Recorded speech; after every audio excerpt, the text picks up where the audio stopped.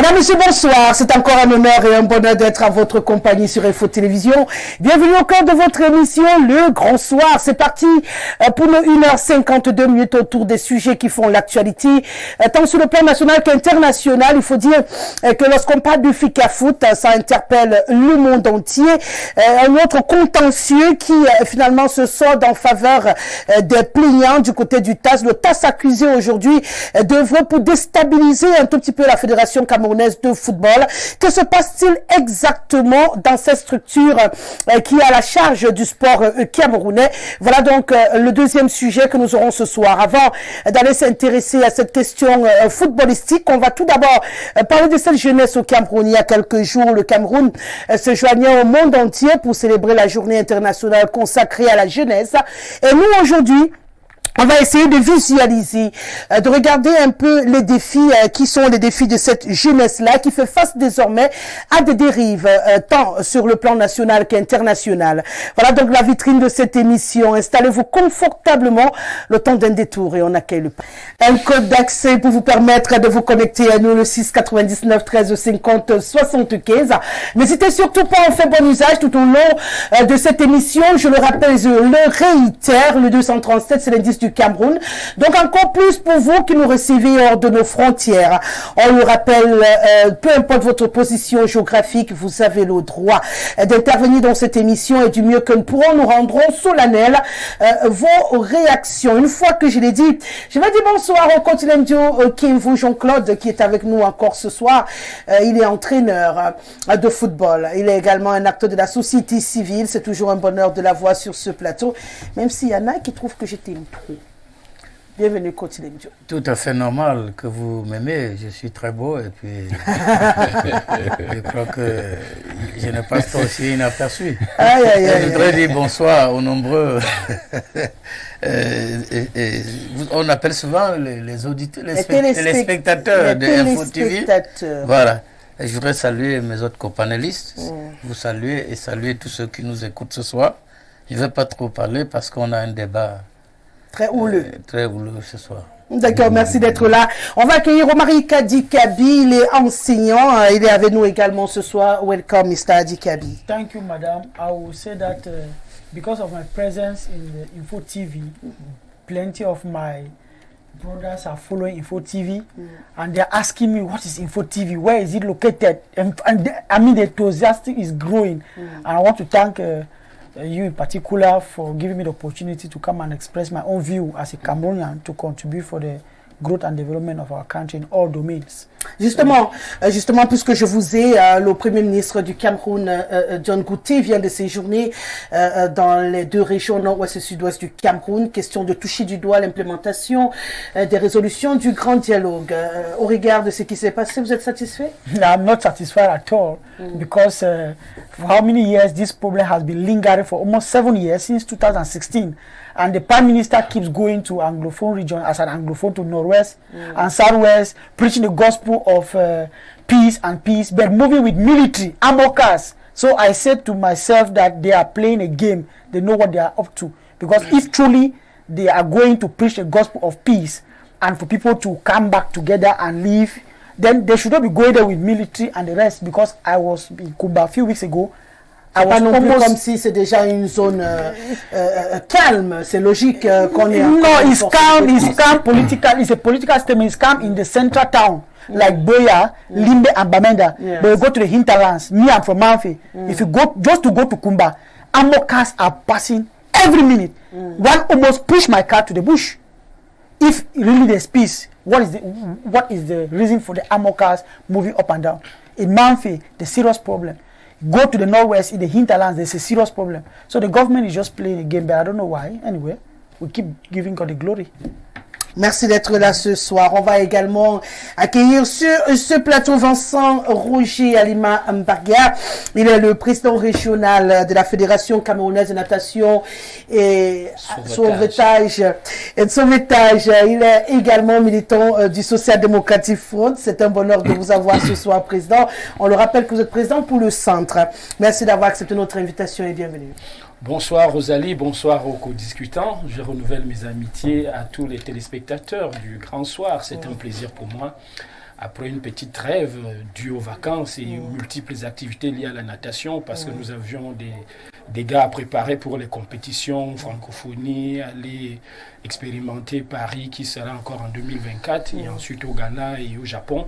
Donc on avait une pléthore de nageurs à préparer sur le terrain pour mettre en route et nous ramener quelques médailles. On a quand même réussi à glaner quelque chose au dernier jeu de la francophonie dans ce domaine? Oui, naturellement. Nous avions eu à connaître 2 nageurs qui ont pris et qui ont battu leur propre record. Je pense à Nguichier qui naturellement était en route pour rentrer, et la petite Karala qui également aussi s'est débrouillée dans son domaine. Et il y a des coachs qui se sont illustrés au Ghana récemment. Je pense à Niem Didier qui est revenu aussi avec un bon trophée.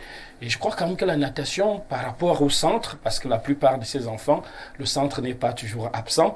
Et je suis très content parce que nous avons pu faire cet exploit-là. Espérons qu'aux Jeux Olympiques l'année prochaine, nous reviendrons de Paris avec beaucoup d'autres médailles. J'espère une âne or. Naturellement, c'est de l'or que nous cherchons. Un métal qui est rare quand même dans ce domaine. Merci d'être avec nous ce soir, Président. Et bien sûr, le 4e nom des moindres, Jacques-Léon Awono, il est juriste. Il est avec nous encore ce soir. Bienvenue, Monsieur Awono. Bonsoir Rosalie, bonsoir aux co-panélistes, bonsoir aux millions de téléspectateurs d'Info Télévision. Merci pour cette invitation. Le Cameroun organise dès ce jour la coupe africaine de volleyball, une compétition qui démarre sous une note de tension où on a une sorte de bicéphalisme à la tête de la Fédé, avec une posture du ministre des Sports qui fait couler beaucoup d'encre et de salive. Est-ce que c'est un environnement propice quand même à avoir une équipe compétitive, surtout qu'on remet notre trophée en jeu, notre médaille d'or en jeu? Oui, je crois que la situation est bien regrettable parce que lorsque vous essayez de jeter un regard analytique sur la situation, d'abord la FECA volley, ensuite le championnat qui est organisé, vous comprenez que il y a une sorte d'imbroglio qui ne permet pas que la sélection camerounaise puisse quand même revenir là avec une médaille. C'est vrai que très souvent, nous préparons comme ça, dans l'imbroglio, après on rentre avec les médailles. Donc, ça commence à être une autre façon de fonctionner. Et on remarque aussi que dans beaucoup de nos fédérations sportives, il y a une sorte d'infiltration de la tutelle que le MINSEP, qui finalement commence à décider de qui est président et qui ne l'est pas. Alors que quand même il y a une élection là-bas, on a élu un monsieur, qui paraît-il n'est pas du goût du MINSEP et qui a choisi son monsieur et qui commence à imposer ce monsieur à tout le monde parce que le CAS a même pris une décision pour quand même reconforter le président qui a été élu normalement, Monsieur Abouem, mais quand même le ministre insiste à vouloir imposer un monsieur à la tête de la FECA volley. C'est quand même assez regrettable et ça se passe comme ça dans beaucoup de nos autres petites fédérations où vraiment le MINSEP a une véritable mainmise. Et pourtant, c'est des associations de droit privé qui devraient se gérer selon leur statut et leur règlement intérieur. C'est quand même regrettable. Ouais, vous vouliez rajouter quelque chose? Oui, je voudrais juste ajouter quelque chose à ce sujet pour m'indigner vraiment. Nous sommes dans un pays un pays de droit. Je me pose la question, où est la justice camerounaise? Parce que le président soit sortant qui légitime Serge Abouem marche avec 5 décisions de justice. Il a 5 décisions de justice. Or, on a débouté celui, l'usurpateur qui est là. Mais le gouvernement adoube celui-là et préfère qu'il soit en train d'organiser la CAN. J'ai vu quelques images aujourd'hui. C'est décourageant. Il n'y a pas un seul spectateur au palais de sport. Alors qu'à l'époque, le palais de sport était plein à craquer. Chacun voulait aller, on payait les billets pour voir la CAN. Les 3 CAN qu'on a joué ici, personne, tout le monde ici, le stade était plein. Aujourd'hui, il n'y a personne. Vous sentez un climat délétère. Il y a même les autorités là ne sont pas eux-mêmes là. Parce que je ne sais pas à qui le ministre des Finances. Oui, puisque le ministre des Finances. Donc, franchement, comme le docteur le disait, il y a la fédération. Chaque fédération a des tests et des règlements. Même s'il fallait qu'on change un dirigeant de fédération, c'est le dirigeant là qui organise les élections. C'est lui qui organise les élections et pour faire la passation de services. On fait les élections normales, c'est lui qui organise, ce n'est pas le ministère. Le ministère est là pour fédérer, pour contrôler l'action synergique des fédérations. On dit ça. Et dans ce pays, les gens doivent respecter l'autorité. Ces élections où Beno Boudan est, le sous-préfet avait interdit. Mais ils ont tenu les élections à 3 heures la nuit. Ils n'ont jamais présenté le procès verbal de ces élections. Et Abouem comme ça meurt parce qu'il n'avait pas soutenu la femme qui est présidente de la Fédération internationale de volleyball. C'est ça la mafia. C'est ce qui est arrivé là au football, partout.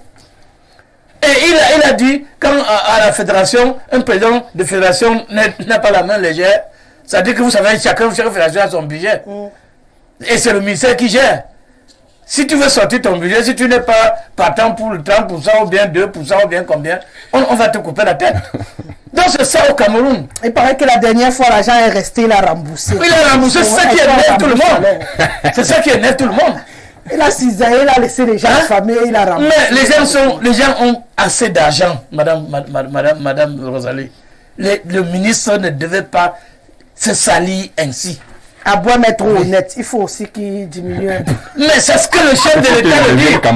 Le chef de l'État dit chaque jour, le chef de l'État dit de l'aider à combattre la corruption.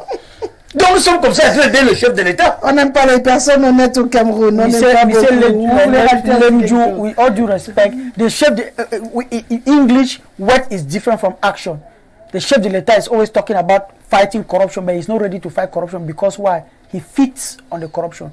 His people feeds on corruption. If corruption is really fought in Cameroon, CPDM will go out of the government. That is the gospel truth. Let me tell you, I'm tired of my country. I'm tired of Cameroon.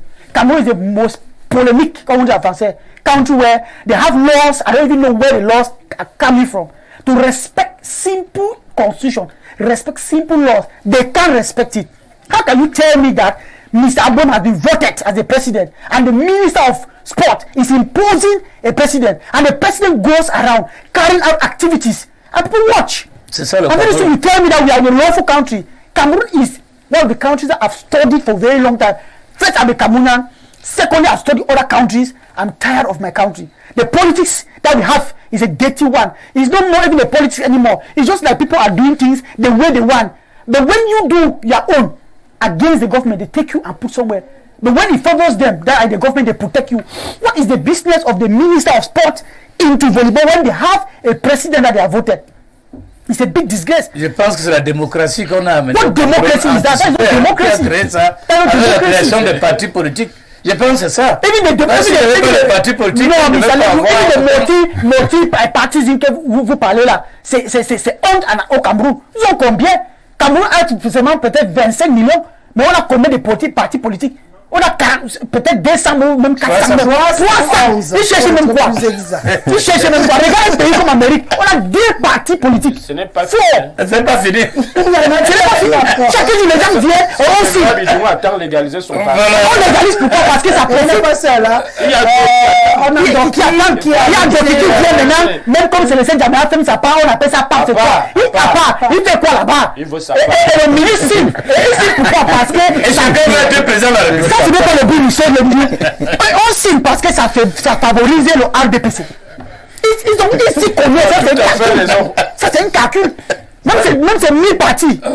C'est même mise de l'administration qui tue tous ces mouvements-là. C'est ça. Et je crois que les fédérations ont souffert par le passé avec les différents mécanismes qui ont permis à ce qu'on aille de normalisation en normalisation et que les autres fédérations attendent que la FECAFOOT finisse sa mandat. Mais c'est quel pays là? Et aujourd'hui, on a cru que l'administration avait suivi les griefs qui étaient reprochés parce que les textes étaient cisaillés à la mesure de certains individus. Mais aujourd'hui, on se rend compte que nous sommes pleins, on nous a écoutés, croyant qu'on a pris des mesures pour arranger tous les problèmes au niveau des fédérations. Mais je pense qu'on retire toujours des ficelles. Et la mainmise est toujours là parce que ce qu'on voit au niveau du volleyball, je crois qu'il y a encore beaucoup à faire dans d'autres fédérations qui ne s'expriment pas encore. Et wait and see, vous allez voir que bientôt, ça va se contaminer. Exactement. Parce que chasser le mal, il revient au galop. Pas bien, de toutes les façons, Serge Abouem a appelé à se mobiliser pour soutenir le Cameroun malgré les batailles internes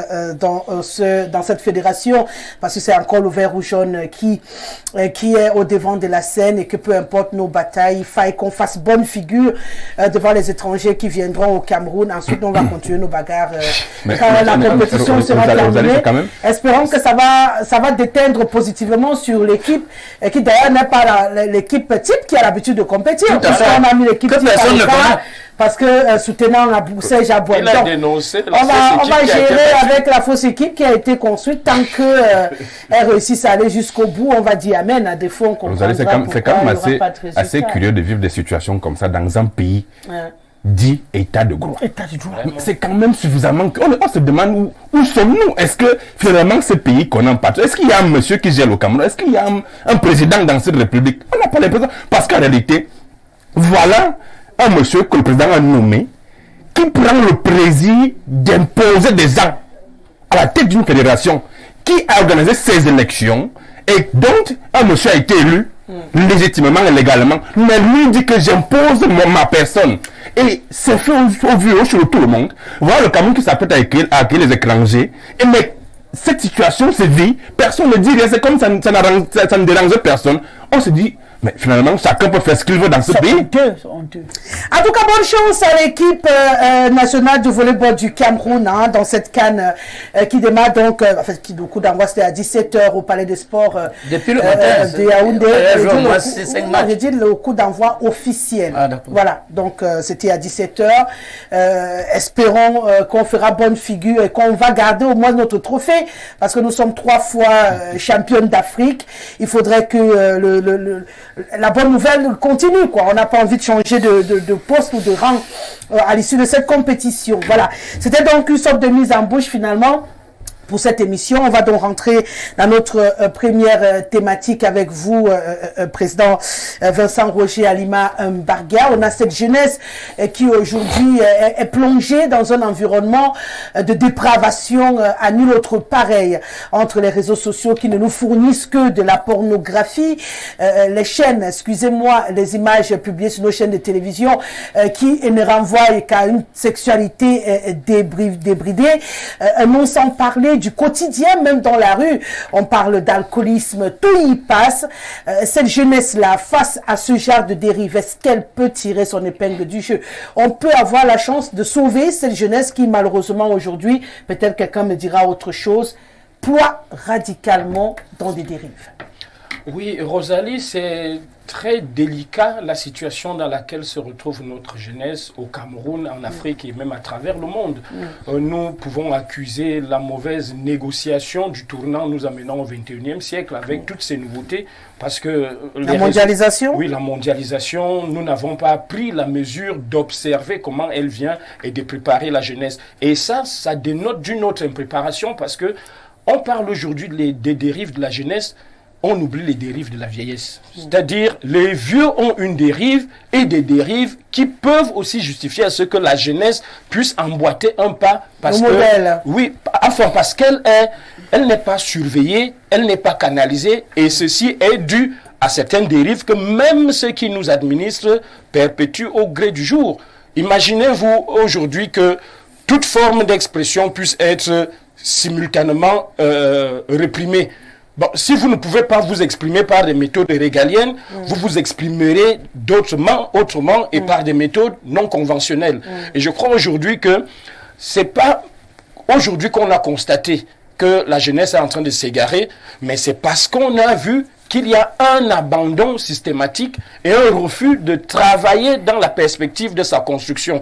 Nous avons élaboré beaucoup de mécanismes allant dans le sens de sauver la jeunesse, mais l'application est très désuète. Imaginez-vous aujourd'hui qu'on se plaint de cet incivisme, de cette jeunesse qui est en train de s'abandonner, qui va à volo.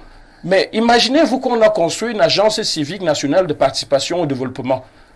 Voyez-vous comment on l'a vidé de toute sa pertinence, alors que c'était un outil capable d'amener une jeunesse, de leur offrir un profil capable aussi de les sauver. Mais quand on a vu qu'il y a des petits moyens, on l'a tourné juste à ce que même cette agence aille à la dérive.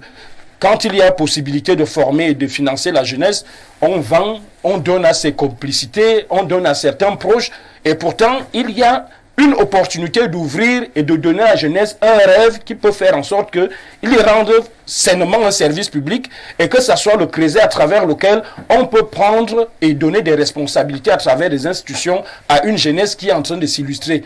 Mais aujourd'hui, c'est le simple fait qu'il y a un peu d'argent, vous appelez votre cousin, votre cousine au village, venez vous former, en 3 mois, je vais vous donner un financement pour faire telle chose. Et quand le financement s'en va, cette jeunesse qui est inconsciente même de ce qu'appelle l'agence civique de participation au développement se retrouvera en train d'encaisser un certain nombre de sous et qui seront juste organisés à ce qu'elle aille toujours à la dérive. Boissons, stupéfiants, prostitution, que ne sais-je encore. Donc, nous avons les dérives de la vieillesse qui sont entretenues depuis longtemps et qui entraînent les dérives de la jeunesse qui aujourd'hui peinent à se solutionner parce que même les vieux qui doivent réfléchir ont leur propre maladie qu'ils ne parviennent pas à soigner et que la jeunesse aujourd'hui bénéficie parce que papa, maman n'ont pas été préparés à ce genre d'atmosphère. Aujourd'hui, je me retrouve libre à perpétrer un certain nombre de dérives qui, naturellement, sont les fruits des graines qu'on a semées depuis longtemps. Parce que quand on voit ça aujourd'hui, ne croyons pas que c'est né aujourd'hui.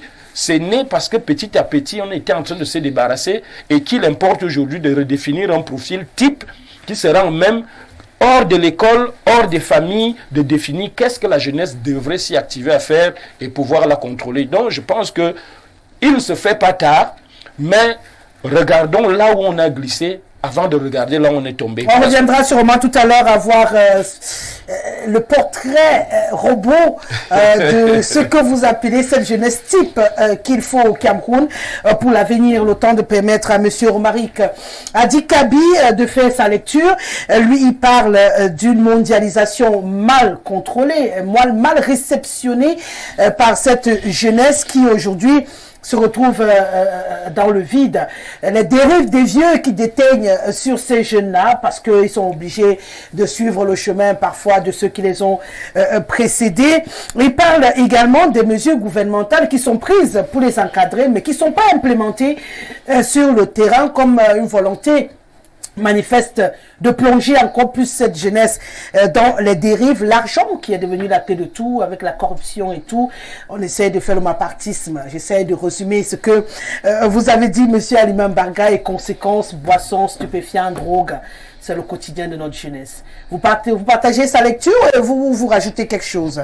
Malheureusement, je vais vous dire, madame, ce que les jeunes aujourd'hui vécu au Cameroun, c'est parce que le vieux sont, comme il a dit, les vieux sont échoués et ça lui profite. Voilà pourquoi au Cameroun, tu vois quelqu'un à 80 quelques ans, il travaille encore. Pourtant, le jeune avait l'énergie resté au banc. Ça lui profite. Ils sont contents. Quand ils vont dans les grosses voitures, ils nous voient boire, tomber en route, faire l'amour même partout. Ils sont contents parce que ça lui profite. Sinon, un vrai papa ne peut pas voir ses enfants comme ça et il est content. Moi, je suis papa. J'ai 5 enfants, jeunes encore. J'ai dit que j'ai instillé la discipline dans mes enfants. Il y a l'air, même quand j'étais petit comme ça, j'ai dit même à mes petits frères que personne, 18 ans ne trouvait pas quelqu'un dehors. Mon père, ma mère étaient au village, je suis en ville, on fait 4 en ville. C'était moi le père. J'ai dit que petit comme petit, je donne déjà les règles. Jusqu'à ma mère même, quand il sort du village, il rentre en ville. Il parle à la réunion. Parfois il rentre à 22h. Je lui demande que mais c'est quelle réunion là? Mon père au village, tout rentre à 22h. C'est quoi? Jusqu'à même, j'ai fermé la porte de ma mère. J'étais en fonderie, j'ai fermé la porte de ma mère. C'est les voisins qui ont sorti. Ça, on appelle ça la discipline. Il faut insister ça. Quand je vois les jeunes aujourd'hui au Cameroun, ça me fait pitié, madame. Si vous entrez, moi je bois, j'ai envie de boire parfois. Oui, bien sûr.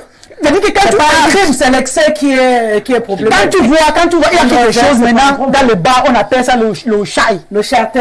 Le chai, tu vois les jeunes filles, les jeunes enseignants, quand ils entrent comme ça, ils voient une fille de 17 ans, chicha, et filmer ça, les gens même amis. Regarde ce que les gens amis. Voilà pourquoi j'aime les pays comme la Chine. Il y a mon ami il a voyagé, fait 1 mois en Chine. C'est-à-dire que quand on envoie le voicemail, les vidéos, il ne voit même pas. Il dit qu'il ne voit même pas parce que tout est contrôlé. Ici en Afrique, on a perdu notre valeur parce qu'on ne contrôle rien. Les blancs nous imposent, le Western, qu'on appelle en anglais, le Western people, imposent le système chez nous. Tous les tintins à la maison, tu regardes les tintins, ça ne passe pas trop loin, il y a les bisous. Ça ne peut pas tourner, tu vois comment tu dis ami, je t'aime. Quand je vois comme ça, je change. Je change. Mes enfants me regardent à la maison. Et tu vois, et toutes les mauvaises choses captivent les gens. On a parlé de ça, on dit qu'on va contrôler les chaînes de Carapli et tout ça. Mais au Cameroun, on bavarde trop, on fait rien. Parce que ça profite certains gens. Regarde comment les jeunes sont tombés dans les sectes. Oui. C'est quoi ça? Porte-monnaie magique. Porte-monnaie magique. C'est-à-dire le PD, on appelle ça PD en français. Je suis au bar aujourd'hui, même avant de venir ici, j'ai bu avec un collègue. Un jeune gars, il vient au bar, il fait comme une femme. Les gens nous regardent. On dit que ça c'est interdit au Cameroun, mais on regarde ça, il se mélange, il contamine les gens. Mais pourquoi on n'arrête pas les gens comme ça? On connaît parce que ça profite. Les vieux qui ont au pouvoir, qui fait les choses comme ça, dans les choses spirituelles, c'est quoi ça? On a été détruire. C'est-à-dire que si vous êtes honnête, le Cameroun, en 5 ans et 10 ans, si rien n'est fait, I don't know if we really have Cameroonians of quality. Et malheureusement, même quand tu es quelqu'un qui a un bon caractère, on ne te donne pas le travail. Au Cameroun, on cherche à te lancer les potes. On cherche quelqu'un qui est déjà pourri pour nous donner le travail. Pour que toi, qui as encore droit, il faut être pourri. Je ne sais pas quel esprit contrôle le pays Cameroun. Parce que ça me dérange, parce que pour moi, notre jeunesse est quelque chose. En 17 ans, tu filmes. C'est-à-dire qu'il y a les jeunes filles pour voir, on appelle ça en anglais virgin. Je ne sais pas s'il y a encore les virginités au Cameroun. Je suis vierge à 17 ans. Je ne pense pas. Il y en a. Il y en a. Quand la situation est devenue déplorable. C'est un moyen où, pour voir même une jeune fille de 15 ans, je suis enseignant, je suis en classe. Tu parles parfois, il te regarde, il te mesure. Parce qu'il dort avec un papa. Il te dit que, mais toi, tu es qui pour me parler même en classe? On vécu ça chaque jour. Je suis enseignant de secondaire. Chaque jour, on vécu ça. Et quand je vois comme ça, je me recule. Comme le milliard dit, ne tape pas, ne fais ça comme ça. Je me recule et dis que, ok, l'autre aussi, c'est un mauvais esprit. Si je touche maintenant, c'est ma tête qui va partir. Ouais. Mais il s'est fait ça parce que pourquoi? C'est quelque chose qu'on encourage. Si moi, je deviens président dans ces pays, je donne l'âge. Si on te trouve au bar, même à 18 ans, on t'arrête. On doit faire ça pour arrêter. Les jeunes filles baladent au bar, ils boivent les 5 de haut, les fesses de haut. C'est quoi ça? C'est quel avenir là? Bon, le gouvernement encourage ça parce qu'il n'y a aucune mesure pour contrôler, pour canaliser, comme tu as dit, canaliser. On sait que le monde est computerisation. Bon, il y a des choses qui se passent. Bon, il y a des choses qui se passent, mais c'est nous qui devons contrôler. Malheureusement, les gens au pouvoir ne font pas ça. Voilà pourquoi aujourd'hui, c'est difficile de voir un jeune gars avec un certificat qui est discipline, une jeune fille qui est discipline. Le manque de respect est trop. Tu parles même, souvent chez nous, maman, tu vois maman, bonjour, c'est bien. Mais aujourd'hui, tes enfants, c'est-à-dire que tes élèves que tu as enseignés, ils te regardent en route, ils passent comme tu es rien. Tu vois même un petit frère au quartier de très loin qui t'appelle par ton prénom. Il t'appelle comme même ton prénom. Moi, je n'ai jamais fait ça. C'est ma vie. C'est des choses incroyables. Incroyables aujourd'hui. Quand tu vas lui demander, mais toi tu m'appelles pas mon prénom, il va te dire que tu m'as aussi appelé par mon prénom. En fait, vous avez le même âge. Il y a un musicien, on appelle qui commence à chanter. Et tu es mon père, et tu es ma mère. Les gens comme ça, moi je l'arrête. Je mets en prison. Parce que son chanson l'a encouragé. Ça a fait aussi les enfants que quand tu parles à un enfant, tu appelles un enfant pour dire que mon petit frère ou ma fille, ce n'est pas bien de faire ça, là où tu es, ce n'est pas bien, te demande, tu es mon père, c'est toi qui paies ma scolarité, tu es qui de moi? Regarde les chansons, mais on peut voir ça, les pays comme Chine, on arrête, on te ferme, c'est ça le pays. On te chicote. On te chicote, mais ici au Cameroun, on bavarde trop, rien ne fait, c'est ça qui nous détruit au Cameroun.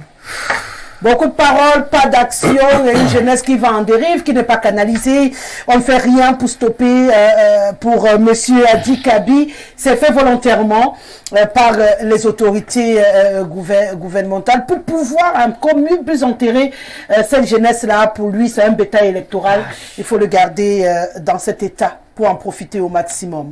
J'ai résumé un tout petit peu ce qu'il vient de dire. Monsieur Lemdio, votre regard de cette jeunesse qui fait face désormais à des dérives, et puis on va trouver, comme on peut, des solutions qui, on espère, seront appliquées, même si Monsieur Adi Kabi dit que ça ne sert à rien. Aujourd'hui, ils ne veulent pas. Ils ne veulent pas. Peut-être on trouvera des pirouettes pour sauver une jeunesse qui va vraiment à volo au Cameroun. Vraiment, notre jeunesse est à l'image de la gouvernance au Cameroun. Et c'est très regrettable de le constater. Et notre jeunesse n'a pas d'avenir. Elle est sacrifiée Il paraît que c'est à cause des vieux. Elle est sacrifiée par cette classe de personnes qui ne veulent pas se sentir vieux. C'est ça. Parce qu'on ne sait pas finalement à quel âge, quand on parle de jeunesse, il y a certains gravatés au gouvernement là qui se croient toujours jeunes.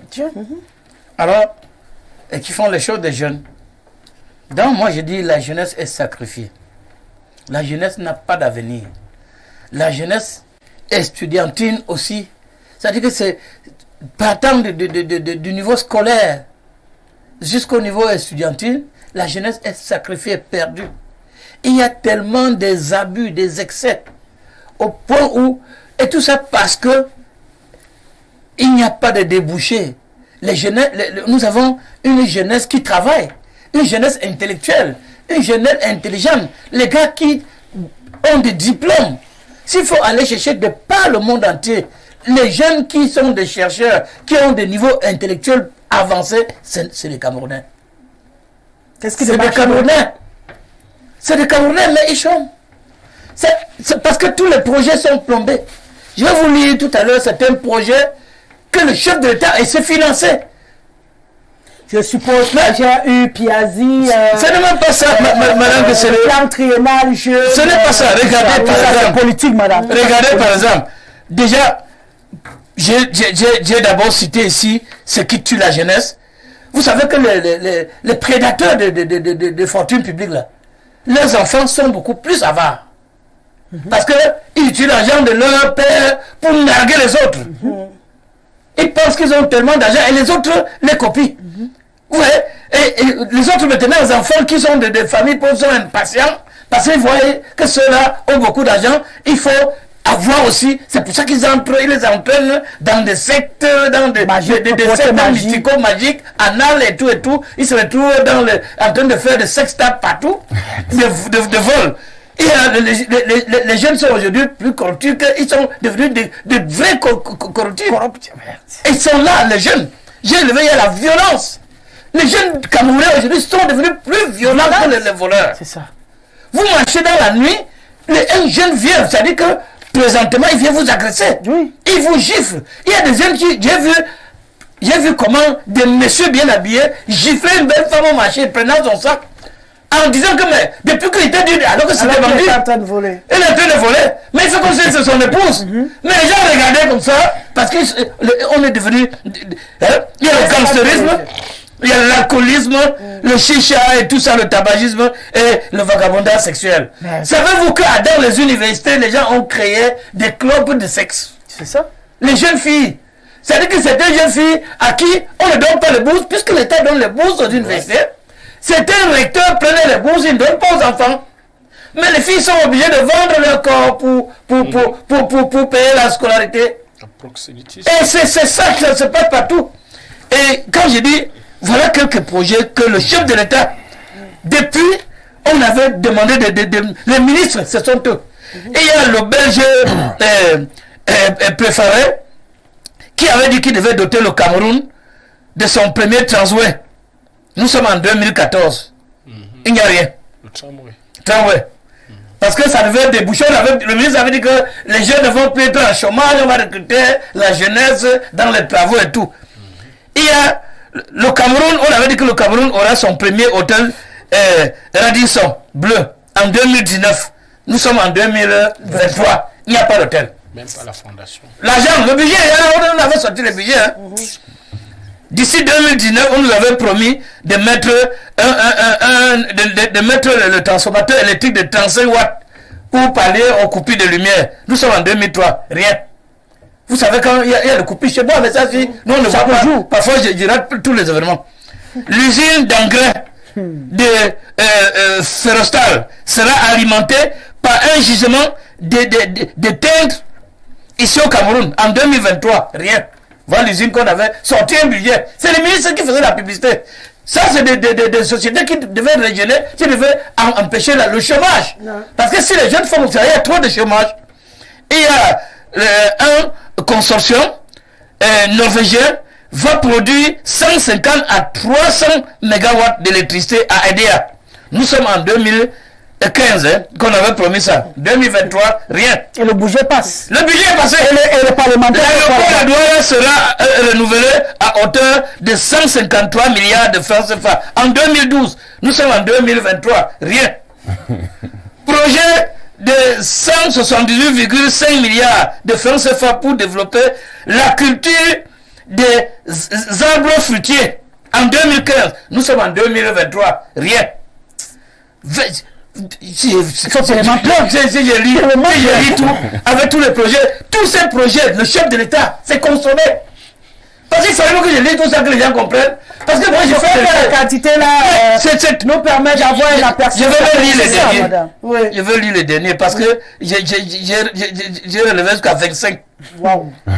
Usine de transformation de manioc à Sambrema. Un coût de 12 milliards pour une production annuelle de 480 tonnes de manioc. 2015, nous sommes en 2023. Rien. Projet agropole permettant 1440 tonnes de poissons à Messundu dans le camp pour un coût de 1 milliard 700 quelque chose de mille. En 2017, nous sommes en 2023. Rien. Il n'y a rien. Et le président Santé pour tous en 2000. Non, là-bas, il faut laisser. Santé pour tous en 2000. Donc, voilà autant de projets. Si, je dis, il y a 27 projets. Et que c'est financé. C'est ce que nous avons dit. Le chef de l'État, lui, il est là. C'est pour ça que parfois, je dis que c'est mon champion. Mais je veux défendre mon champion jusqu'à quand? Si tu parles comme professionnel, parce que moi, je ne sais pas. Il faut laisser.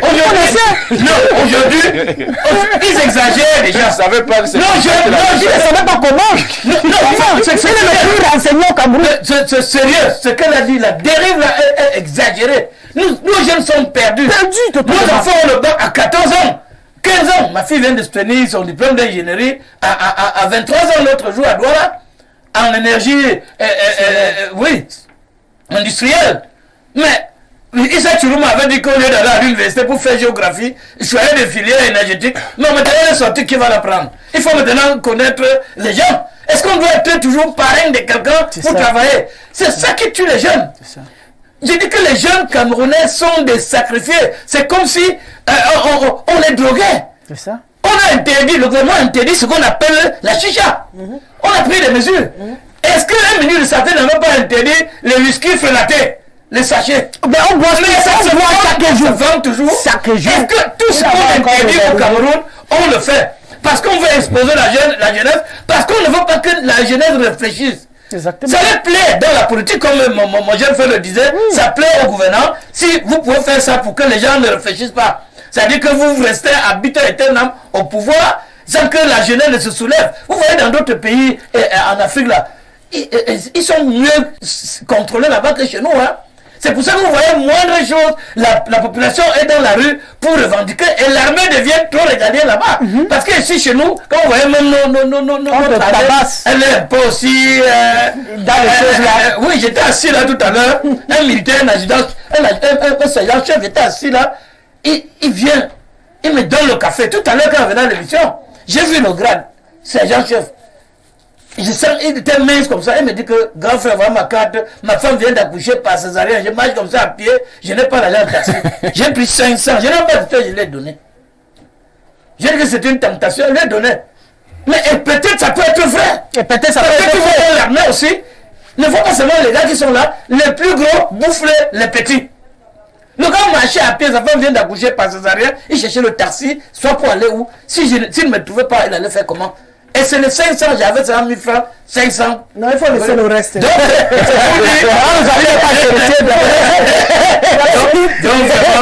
c'est trop compliqué.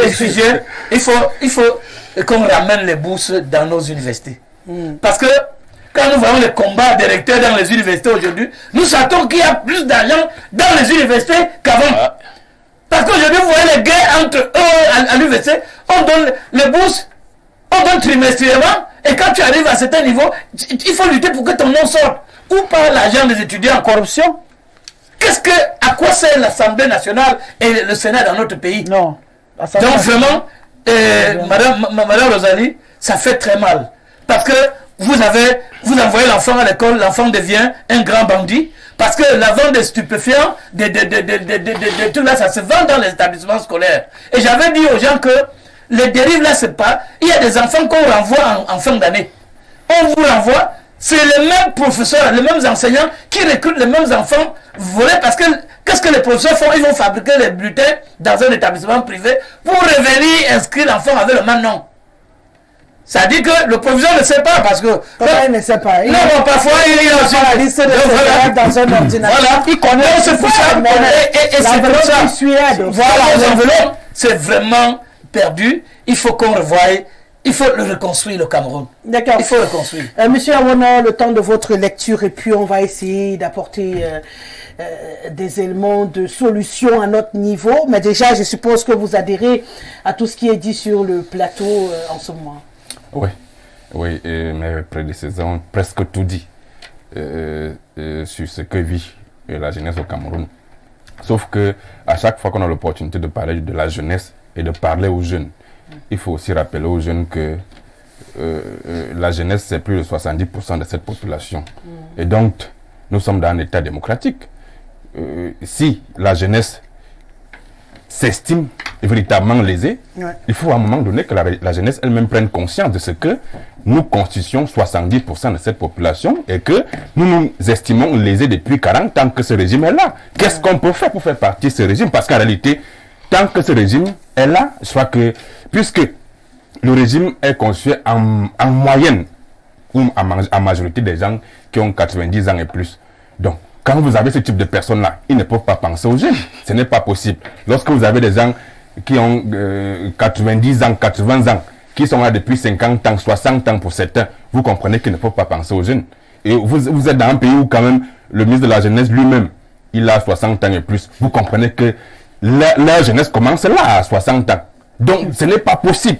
Il faut à un moment donné que la jeunesse prenne conscience de ça et demander aux jeunes de s'éduquer. Il ne faut pas seulement dire que oui, nous sommes dans un pays qui est foutu. Vraiment, il faut s'adonner à l'alcool, il faut s'adonner au sexe et tout ce qui va avec. Non, à un moment donné, il faut que la jeunesse aussi prenne conscience. C'est vrai que les non-agénaires, les octogénaires qui nous aident depuis 50 ans ne pensent pas à nous, mais à un moment donné, qu'est-ce qu'on peut faire pour renverser la donne? Puisque nous sommes dans un État démocratique, chaque échéance électorale est capable de renverser la donne. J'ai en face de moi un fonds politicien, je crois que c'est le discours qu'il faut désormais tenir à la jeunesse. Que voilà 2025 qui arrive. Qu'est-ce que la jeunesse peut faire pour pouvoir faire partie de ces gens-là? Chaque jour, chaque jour, nous disons que oui, et la jeunesse est Cécile. Mais qu'est-ce que nous pouvons faire pour pouvoir faire partie de ces gens qui ne pensent pas à nous? Ces gens-là sont autour de 5%. C'est eux qui gèrent le Cameroun depuis 50 ans. Est-ce que nous allons continuer à nous plaindre seulement? Qu'est-ce qu'il y a de fait? Quelle action la jeunesse peut mener pour pouvoir faire partie? C'est parce qu'en réalité, tant que ces gens sont là, la jeunesse n'aura pas besoin de citer. Justement, je vous pose donc la question, qu'est-ce qu'on peut faire pour les sortir de cette dérive, pour les faire prendre conscience qu'ils sont 70% de cette population qui peut changer la donne? Comment on fait pour faire comprendre à cette jeunesse que boire, c'est pas le crime, mais boire en excès, c'est un problème. Mais il faut contrôler ce qu'on met dans la corde. Non, mais madame, boire, c'est un crime. Boire, c'est un crime. Alors, c'est un âge. Oui. Pour les plus jeunes.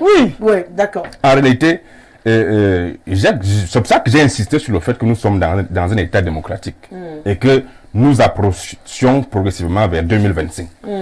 Les politiciens, les leaders d'opinion sur la scène politique devraient éduquer la jeune à la chose politique. Parce qu'il faut aussi dire que nous avons une jeunesse qui a une culture politique déficitaire où les gars ne s'intéressent même pas à ça, ils ne savent même pas ce que c'est. Lorsqu'il y a une élection, vraiment, très peu sont des jeunes qui vont jeter quelque chose dans l'urne. Ils ne savent même pas, ils ne s'intéressent pas à ça.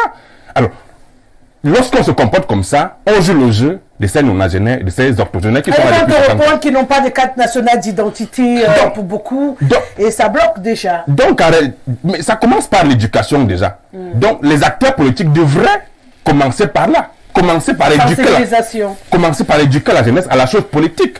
Mais c'est ce que je reproche très souvent à nos leaders un leader politique de l'opposition. Parce que très souvent, les gars n'organisent pas les campagnes de sensibilisation, les campagnes d'éducation. Vous les voyez sortir seulement lorsqu'il y a une élection. C'est là où vous voyez les acteurs politiques de l'opposition sortir, alors que quotidiennement, il faut entretenir ces jeunesses parce que c'est là où tout se joue. C'est au niveau de la jeunesse que tout se joue. Si il y a un acteur politique qui réussit à conquérir la jeunesse, je crois que tout est fait. Mais sauf que certains utilisent parfois la jeunesse comme programme politique, alors que ce n'est pas ça. Il faut commencer à éduquer la jeunesse. Tant que nos acteurs politiques ne comprendront pas que le jeu politique, c'est autour de la jeunesse, que la cagnotte politique, ça se joue autour de la jeunesse, et qu'il faut éduquer cette jeunesse, je crois que nous passerons notre temps à nous plaindre, nous jeunes. Et aussi, c'est vrai que nous sommes dans un pays qui est comme il est, mais aussi, il ne faut pas encourager ce que les jeunes font. C'est pas parce que les pouvoirs publics ne font rien que finalement, un jeune de 17 ans va aller s'asseoir et boire un casier de bière. Non. Vraiment, il ne faut pas l'encourager. Le challenge casier du dimanche. Vraiment, il ne faut pas l'encourager. C'est pas parce que les gars ne font rien pour nous que vous allez voir une fille de 15 ans commencer à faire des choses bizarres dans un bar. Vraiment, il faut à un moment donné dire que oui, le pays est comme il est, mais nous pouvons faire changer la donne. Il faut déjà prendre conscience de ça. Vous verrez difficilement des jeunes suivre un débat comme celui que nous sommes en train de faire, et pourtant ça éduque. Des jeunes seront là en train de voir les matchs de la Champions League, en train de jouer au pari-foot, en train de prendre la chicha et tout ce que vous voyez. Donc, il faut commencer à éduquer cette jeunesse-là. Je crois que c'est ça le nœud du problème. Tant que nous aurons une jeunesse qui croira que c'est parce que tout est perdu, qu'il faut s'adonner à l'alcool, à tout ce qui va avec, à toutes les dérives. Et aussi, là où j'accuse très souvent les pouvoirs publics, c'est de nous avoir importé ce numérique-là, sans pouvoir canaliser comment est-ce que nous devons l'utiliser. Une mondialisation non contrôlée. Oui, comme l'a dit Vincent. Et pourtant, nous avons quand même des organismes qui sont censés réguler ce secteur de la vie sociale. Mais qu'est-ce que font ces gens-là? Si vous passez 1 heure de temps dans les réseaux sociaux, vraiment, Rosalie, ce que vous allez voir, des jeunes, mais vous aurez froid au dos. Mais vous allez demander, nous sommes dans quel pays? C'est-à-dire que chacun est capable de faire tout ce qu'il veut. Bien sûr. Vraiment, ça se passe comme si c'est dans un état de non-loi. Bien sûr. Chacun fait ce qu'il veut. Je crois que c'est là où les pouvoirs publics doivent commencer à recadrer la jeunesse. Vraiment. Parce que vous savez que la jeunesse ne peut plus s'en passer de ce monde numérique là. Vraiment, ça ne peut plus. Mais ce qu'il y a lieu de faire, c'est de recadrer. Mon frère parlait de la Chine, mais pourquoi on ne peut pas copier ce type d'exemple-là? Où vraiment, on ne consomme pas tout, n'importe comment. Ça commence par là. Il faut commencer à réguler la consommation du numérique dans ce pays. Parce que c'est plus la jeunesse qui consomme le numérique. Il faut commencer à régir. Tant qu'on ne régit pas vraiment, les jeunes croiront qu'ils sont capables de tout faire. Parce que ça commence par là. Lorsque vous voyez des jeunes de la moyenne d'âge de 15 ans utiliser les réseaux sociaux, vous avez l'impression de... Mais finalement, nous sommes dans un pays où tout le monde peut faire ce qu'il veut. Dernièrement, j'ai été amusé lors des congés de Noël. On organise souvent un truc qu'ils appellent souvent, il y a fait là, je sais pas trop ce qui se passe là-bas. Il y avait des vidéos qui nous fraudent des jeunes qui se sont laissés emporter par une boisson là.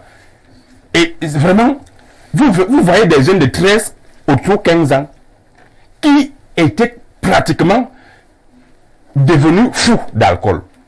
Et puis les autres étaient là en train d'applaudir, en train de rire. Des vidéos, mais quand vous voyez des choses comme ça, vous dites, mais ça se passe au Cameroun. Et les gens qui organisent ces affaires-là sont au courant de ça, ils regardent, mais rien n'est fait. Des vidéos sont comme ça, et puis vous envoyez comme ça chaque jour, sans que quelque chose ne soit fait. L'antique ne sert à rien. Tout cette ne sert pas. Finalement, ça a été créé pourquoi? Bon, on comprend que... Donc, je crois que la première chose à faire, c'est de réguler le secteur du numérique. Parce que c'est ça que la jeunesse consomme beaucoup. Et c'est ça qui vraiment disperse les énergies de la jeunesse. Parce que à chaque fois, lorsque vous avez un taux de chômage aussi élevé, la seule chose qui occupe les jeunes, c'est leur smartphone à la maison. Et ce qu'ils y voient, ils ont envie de l'implémenter, de l'appliquer à tout moment. Je crois que ça commence par là. C'est pourquoi on n'arrêtera jamais d'encourager le travail que fait Amanko Dabanda avec l'IAI Cameroun, d'initier les uns et les autres à l'outil informatique, parce que lorsque tu maîtrises l'outil informatique, tu peux naviguer également n'importe comment. Maintenant, quand tu ne maîtrises pas l'outil informatique, c'est quelque chose qui a été mis à la disposition des populations camerounaises qui ne maîtrisent pas toujours. Nous, quand on allait à l'école, on n'avait pas des cours d'informatique. Heureusement, aujourd'hui, les enfants ont des cours d'informatique. Donc, il faut se mettre à niveau. Il faut encourager tous ceux-là il faut changer même le système éducatif camerounais. Parce que l'Inde l'a fait. L'Inde a beaucoup de chercheurs. Aujourd'hui, les enfants de l'Inde. L'Inde et la Chine sont des puissantes parce qu'ils ont calqué leur système. Ils ont trouvé un système éducatif propre à leur environnement. Et les choses ont marché. Ils ont même choisi une langue qu'on a imposée. Et les gens ont appris cette langue et ça a marché. Donc, on ne doit pas être toujours à la solde de l'impérialisme. Tout ce qui se passe, les masses médias, tout ce qu'on dit, en principe, les parents devraient être responsables de la formation de leurs enfants. Malheureusement, c'est les parents qui ont le plus responsable. Voilà, c'est-à-dire que nous devons être responsables parce que c'est toi qui dois apprendre à tes enfants à la crainte de Dieu. C'est toi qui dois montrer le chemin à suivre à ton enfant. Mais parfois, d'autres le font très bien. Mais quand l'enfant part du milieu familial et va dans un milieu scolaire, il rentre, c'était un autre enfant. Parce qu'il y a une autre éducation, l'enfant vient avec j'ai un souci un tout petit peu avec cette logique, coach Lemdio. Vous croyez que si vous réussissez vraiment à donner des valeurs à votre enfant à la maison, le milieu scolaire peut avoir le dessus sur vous? Pas forcément. Oui, je suis enseignant, j'ai fait le milieu scolaire, j'ai vu certains enseignants vraiment qui pouvaient vraiment dérouter des enfants. J'ai vu certains comportements dans les établissements scolaires l'enfant, qu'est-ce que l'enfant fait? L'enfant arrive, il entre dans une bande de petits, parce que c'est les enfants de ceux-là qui sont nantis. Ce sont eux qui sont les problèmes dans les établissements scolaires. Parce qu'il va venir là, c'est un leader. Il va se passer dans une salle de classe comme leader. Il va venir là, les autres vont le suivre. Et c'est comme ça, il entraîne avec lui et les stupéfiants, les drogues et tout. Ton enfant va se gâter. L'enfant va venir à la maison, parfois, il sort de classe.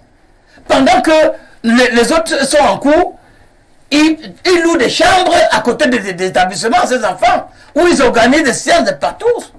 Les autres sont en classe. Et ils sont souvent accompagnés par certains enseignants, parce que tout le monde n'est pas enseignant, par certains surveillants, par certains enseignants, qui, vous savez que la pauvreté, quand on voit le problème des enfants, la pauvreté qu'on a mis ça dans le cadre, on a appauvri les enseignants au point où d'autres vivent de l'argent de ces enfants-là qui vont chez leurs parents pour venir leur donner et qui facilitent beaucoup de choses. Les vendeuses là qui sont à l'établissement, donc c'est pour dire que tu auras été bon parent, tu vas tout faire à la maison, mais ton enfant peut aller là, il revient, il devient autre chose. Madame Rosaline, je voulais ajouter quelque chose pour dire, comme M. Awono a dit, we call that in English, lack of political will is what is killing Cameroon. As we are speaking here, each day I'm coming here, people, my friends, they warn me. Quand tu parles là-bas, méfie-toi de ce que tu dis. Parce que si je parle n'importe comment ici, on peut m'arrêter dehors. Mais quand les jeunes font n'importe quoi, est-ce que les gens, les responsables arrêtent les jeunes? Ils n'arrêtent pas. Parce que c'est leur plan émission. Ils veulent que les jeunes deviennent fous. Pour qu'ils restent là au pouvoir. Mais quand tu touches quelque chose de sensible qui peut nous déranger les positions, ils t'arrêtent. Ils te tabassent même à la même police, gendarmerie.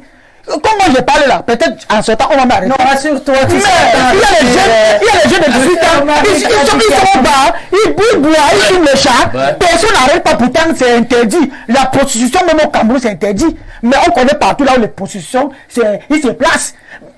Pédés, lesbiennes, ils sont partout. On connaît même, c'est-à-dire qu'on connaît les endroits comme à côté de moi là, à Essos. Tu passes à Québec, tu vois, ils sont là.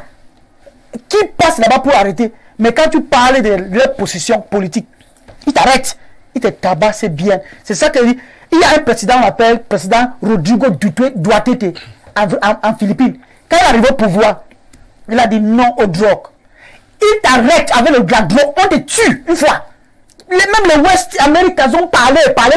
Il a fait comme ça et c'est comme ça la drogue a diminué. Il y a un gouverneur qui a dit quand tu regardes, on appelle ça politique, oui. Il n'y a pas au Cameroun parce que ça arrange. Regarde un pays comme l'Amérique. Si tu suis maintenant, le parti républicain, il y a un jeune là-bas, on appelle Vivek Ramaswamy. Il a 37 ans. Le gars là, il est en train de bouger. C'est-à-dire que même Donald Trump peur de lui. Un 37 ans en Amérique. Mais il risque de devenir président. Mais au Cameroun, comme il parle là, on encourage les jeunes. On encourage quoi? Moi, je suis jeune, mais je suis pas, I'm not encouraged when I see what is happening in the political trend. On connaît déjà qui est le président, déjà même avant 2025. On connaît déjà. Non, il faut déconstruire. Non, on peut déconstruire comment? Parce que déconstruire, c'est pour mobiliser les gens, même sortir à roue pour crier. Mais quand tu sors à roue, on t'arrête, on te tabasse, c'est bien. Bon, tout ça reste comme ça. Bon, au Cameroun, c'est difficile de parler comme ça parce que les jeunes voient. Moi, j'ai voté 2 fois, mais je vais te dire que ce que je vois même là où on vote, le voting pool, c'est difficile d'encourager les jeunes parce que ce qu'ils voient, chaque jour, c'est la même chose. Au moment qu'on a le résultat sort, on change. Mais tu veux que les jeunes deviennent encouragés comment? Je suis au bar aujourd'hui, je bois. Un monsieur boit, le maman vient. C'est comme ça, il danse devant le monsieur. Il fait le sexe pour devant le monsieur en plein journée, au goudron. Les jeunes passent, les enfants même vendent à côté. Tu penses qu'un enfant qui voit un maman comporter comme ça, c'est ça que moi je dis que même quand je suis avec mes amis, je ne parle pas n'importe comment. Je ne fais pas les choses n'importe comment. Oui, il dansait, il s'est dit qu'il a dit de séduire le monsieur en plein public. Mais quand un jeune voit ça, tu penses que le jeune va faire quoi? C'est ça que je dis que le Cameroun ne sait pas pourquoi mon pays est déjà en route. Je dis que c'est Dieu qui va nous aider parce que le Cameroun est déjà parti. Est déjà parti. Les jeunesses. Vous voulez rajouter quelque chose avant de permettre au président? Je crois que je ne suis pas très d'accord avec mon voisin. Oui, c'est un discours qu'il faut totalement déconstruire lorsqu'on veut s'agresser aux jeunes. De dire que lorsqu'il y a une élection, on connaît déjà qui va gagner. Parce que c'est ça qui démobilise la jeunesse, c'est ça qui détourne même la jeunesse de la chose politique. Et pourtant, le changement ne peut venir que de là. Si nous tenons chaque jour des discours qui vont détourner davantage la jeunesse de l'objectif, qui est celui de faire partie les gens qui ne pensent pas à la jeunesse. Je crois que il faut dire oui, on sait que ça sera difficile, mais ça oui, on sait que ça va être compliqué, mais accrochons-nous, ça peut le faire. Ça peut le faire. Combien des années? Ça peut le combien faire. des années? Pour réussir, il faut donner le cas d'identité déjà aux jeunes. Le problème au Cameroun, c'est l'identification. Beaucoup de gens n'ont pas de cas d'identité. Tellement certains avaient fait 1000 cas d'identité aux gens, ils ont bloqué carrément leur possibilité d'obtenir encore ces armes. À l'époque où on faisait les cartes n'importe comment, tu pouvais voter dans 10 bureaux de vote avec la même carte. Maintenant, quand on a informatisé, ton nom est déjà dans le logiciel. Ça devient compliqué. Ça devient compliqué. Et c'est pour ça qu'il y a tellement de problèmes. Donc il faut sensibiliser. Moi, je suis d'accord. Mais gagner une élection au Cameroun aujourd'hui, nous sommes Camerounais, passant par les urnes. Non, mais c'est le même chose. Il ne peut pas laisser ça. Il ne peut pas laisser ça comme ça, comme il a dit. J'ai dit que ce sera très difficile, un président. Mais il faut beaucoup d'acrobatie. Mais il faut espérer. Il y a un Dieu. Ça peut le faire. Ça peut se faire, mais j'ai dit, il faut que Dieu soit le jour-là lui-même dans tous les bureaux de vote. Voilà. Dieu soit le jour-là dans les bureaux. I am not discouraging les jeunes. Je ne suis pas là pour décourager les jeunes. Surtout pour gagner le RDPC. Je ne suis pas là. Ici. Passant par les urnes. J'ai dit qu'il faut que Dieu soit dans tous les bureaux. Voilà ce que j'ai dit. En train de veiller. Voilà ce que j'ai dit. Voilà ce que j'ai dit. Sinon. Vous, Vincent, qu'est-ce qu'on peut retenir pour aider à sortir de ces dérives? Oui, déjà, on a beaucoup proposé, on a beaucoup analysé. Et je crois quand même que nous sommes convaincus que ces jeunes ne ramassent pas ça par terre. Ils le tiennent de certaines aînés qu'ils ont observées et qu'ils sont en train d'amplifier. C'est-à-dire les dérives des vieux deviennent beaucoup plus graves parce que les jeunes, ils amplifient. Un tout petit peu voilà. Et comme on sait, chez nous les Bantous, on sait que l'enfant vient à pas l'an derrière son parent. Chez nous, on dit moine ici. Donc, il vient à pas l'an derrière son père. Ce que son père fait ou ses parents font, il est amené à le faire, sinon à le faire mieux qu'eux. Donc, quand les parents prennent une déroute ou des dérives, l'enfant vient, il amplifie. Comment cela peut-il se faire qu'un parent dort chez lui sans se rassurer que son enfant dort et que l'enfant est dehors pourtant et qu'il rentre le matin? Lorsqu'on va entendre qu'il y a eu fusillade, qu'une boîte de nuit a explosé, qu'il y a eu quelque chose qui est négatif, ce parent qui a dormi sans veiller sur son enfant sera le premier à aller le chercher là-bas. Mais il faudra donc que les parents apprennent à donner qu'ils prennent leurs responsabilités. Exactement. Et il y a un autre facteur, parce qu'on énonçait un peu la Chine et les partis politiques et tout le reste. je vous dis, c'est la force du parti politique, lorsqu'il est structuré, qui doit permettre à ce qu'on pallie ce genre de choses. Il n'y a pas ça en Chine, il n'y a pas ça en Corée du Nord, il n'y a pas ça en Inde. Il y a beaucoup, par des gros partis, influence. En Inde, vous avez même le Jihad Love, qui est en train de se passer au point où la jeunesse se prend en charge de corriger d'autres jeunes.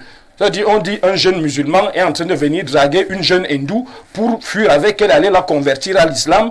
Et les jeunes hindous, dès qu'on voit un jeune musulman qui drague une jeune hindoue, parce qu'ils utilisent d'autres noms, c'est les jeunes de ta propre classe qui te châtient. C'est ceux de ta propre communauté qui te fouettent. Ils ne te tuent pas, mais ils te permettent à ce que tu te corriges. Quand on voit cela, on se dit, même les leaders politiques défendent ça dans les parlements, dans des conseils, et je crois que ça devrait nous donner un exemple, parce qu'ici, chez nous, nous avons eu une malchance, c'est que la discipline qui a été installée tout juste après les indépendances a été foulée au pied avec le libertinage qui est venu lorsqu'on voulait dire ouverture au multipartisme et à la démocratie. Le président Ahidjo a maintenu d'une main de fer une certaine discipline qui faisait que même quand on était à l'administration, on avait peur de voler 50 000. On avait peur parce qu'on se dit, c'est comme si le spectre d'Ahidjo est là à côté. Et cette dictature-là a fait que cette discipline était mieux déjà en place pour que la liberté puisse mieux s'exprimer. Mais quand on a balayé la discipline, les partis politiques sont devenus des organes rien que de propagande. Je crois que quand le SDF, lui, il est né, c'est mon parti politique, vous avez vu comment on a pris soin de vouloir structurer toutes les ailes qui doivent prendre part à l'élaboration d'une société meilleure. Nous avons, je pourrais dire, une branche armée qui est les vanguards, qui s'habillent toujours en vert, blanc, comme une tenue militaire. Ça veut dire que c'est leur domaine là. Vous avez par exemple le Shadow Cabinet, qui est un gouvernement fantôme, qui s'occupe. Et vous avez le NAC, la cellule des conseillers, vous avez le NEC, le bureau exécutif national. Ça veut dire qu'il y a tous les paramètres de la société qui sont pris en compte, que si c'est mieux outillé, je vais aller m'oublier le mouvement des jeunes socialistes, parce que nous avons ce mouvement à l'intérieur. Quand tout est bien mis en place, je crois que les jeunes devraient s'occuper des problèmes des jeunes. Pour l'éducation, il y a une cellule, il y a un membre du Shadow Cabinet qui guette les questions d'éducation. Quand il s'agit des questions de défense ou de sécurité, quand on travaille, il y a un bloc qui travaille. Et ça fait que dans la société, le parti doit influencer massivement dans la conduite des affaires. C'est le parti qui donne presque les habitudes et les comportements qu'on doit avoir en société. Si aujourd'hui, je prends un exemple, le SDF vient au pouvoir, il se dit, nous nous comportons mal. La journée de travail est à 7h30. Désormais, vous devez être au bureau à 6h ou à 5h30. Vous allez voir les Camerounais se réveiller à 3h. Parce que le parti est venu et a dit, nous allons travailler de 6h à 18h. Et on donne les nouveaux comportements aux populations. Donc on peut dire que le parti au pouvoir a contribué. C'est justement pourquoi j'ai accusé que la grande formation politique... Oui, il dit que venait chaque matin pour se placer devant le ministère pour voir les... On demande ça, c'est qui? Ça, c'est qui? Mais on la voit. La grande formation politique qui a contribué à enterrer cette jeunesse et ouvrir les portes de la dérive, c'est le parti qui est au pouvoir, qui en réalité a tout bénéficié du parti unique dont on a pris la peine de discipliner au forceps, avec même les barres de fer. Mais lorsqu'ils ont récupéré ce parti unique, que quelqu'un avait déjà eu à discipliner, ils sont revenus avec ce pouvoir et le diluer avec le libertinage. Ils le maintiennent aujourd'hui sans donner la possibilité à qui que ce soit de venir influencer. Donc moi j'accuse véritablement cette attitude, cette manière de faire qui devrait nous permettre, parce qu'en société, on voit l'émergence de certains comportements proportionnellement à la machine dirigeante. Si on vient au pouvoir, on sait que c'est la social-démocratie chez nous. Je ne peux pas voir Rosalie par terre souffrante ou elle a quelque chose et moi passer pour aller chercher mon argent sans venir à son aide. Parce que je remarquerais que si c'était moi, Rosalie n'allait pas passer aussi sans me venir en aide. Mais par contre, aujourd'hui, faites l'accident. Celui qui vient chez vous, c'est fouiller les poches, prendre votre téléphone. Si vous essayez de résister, il vous brise le cou. On va dire qu'il est mort à l'accident. Qu'est-ce qui se passe? Nous avons des habitudes et des comportements qu'on a pris d'un certain parti qui règne aujourd'hui et qui se plaît à ce que 10 ans, 20 ans, 30 ans, 40 ans, on aille de mal en pire. Donc moi, je condamne cette manière de réserver à la jeunesse un mauvais sort parce que nous nous sommes mal structurés politiquement et faire croire à ce que rien ne peut être fait, sinon appeler à la machine ceux qui peuvent contribuer au pourrissement. Et moi, peut-être on reviendra sur des solutions tout à l'heure, parce qu'il y en a effectivement. Nous, on était déjà aux solutions. On a donc un profil qui était facilement prenable. Laissons celui de la maison ou celui de l'école. Mais entre la maison et l'école, les jeunes font quoi? Définissons celui-là qui devrait permettre à ce que dans la société, nous sentions, vous parliez d'Armand Korabanda tout à l'heure, je crois qu'il a qu'on ait des modèles. Oui, qu'on ait des modèles. Et il parlait, je crois, quand il sensibilisait la jeunesse en début d'année avec de best attitudes. C'est à travers les chansons qui jouent d'ailleurs sur Info Télévision. Voilà, à travers cela, vous voyez que la jeunesse peut, comme on dit, se sensibiliser, porter des messages, écrire des textes et faire en sorte que cela nous vive. Parce que si vous voyez ce qu'on écoute aujourd'hui, c'est le ventre, le bas-ventre. C'est des choses obscènes. C'est par catégorie. C'est tu fais ceci, tu fais cela. Et quand on voit, le message n'est pas bon. Réécrivons des textes qui feront en sorte que les parents achèteront des CD à leurs enfants et disent, mon fils, j'ai suivi un morceau, écoute un peu ça. Apprends à écouter tel artiste. S'il y a un concert, je te paye le billet d'entrée à ce concert-là. Je peux pas te dire. Même les chansons religieuses aujourd'hui, religieuses, ils ont devenu maintenant les chansons. C'est-à-dire que tu vois comment le Saint tourne. Je n'arrive pas à comprendre si c'est une chanson religieuse ou quoi. C'est pornographique. On va faire parler quelques téléspectateurs avant de passer à la prochaine thématique. Je disais tantôt que parlant de musique, je pense qu'on a tellement embrassé l'Occident. Moi, je livre ce combat tous les jours que Dieu a créé avec ma fille à la maison, une grosse ado. Elle aime des chansons bizarres, Kalamalou, ils appellent quoi là, les chanteuses bizarres là, qui sont on doit faire du coup, quand tu lui dis non, est-ce que tu connais tel et tout, elle te regarde comme ça, comme pour dire, même pas de quel chanteur là, elle dit que les vieux chanteurs. C'est pour te dire que c'est compliqué, hein? On a beaucoup de boulot quand même à faire pour récupérer cette jeunesse. Bonsoir Rosalie. Pendant que Nemdio s'exprime en studio, moi le combine. Dis-moi le combine. Boit la honte dans un pas possible vide à l'ouverture du championnat d'Afrique de volleyball. Vraiment, si j'enlève les invités spéciaux et les diverses délégations, le pas possible est vide ce soir. Ce Joe qui nous écrit depuis Bafia.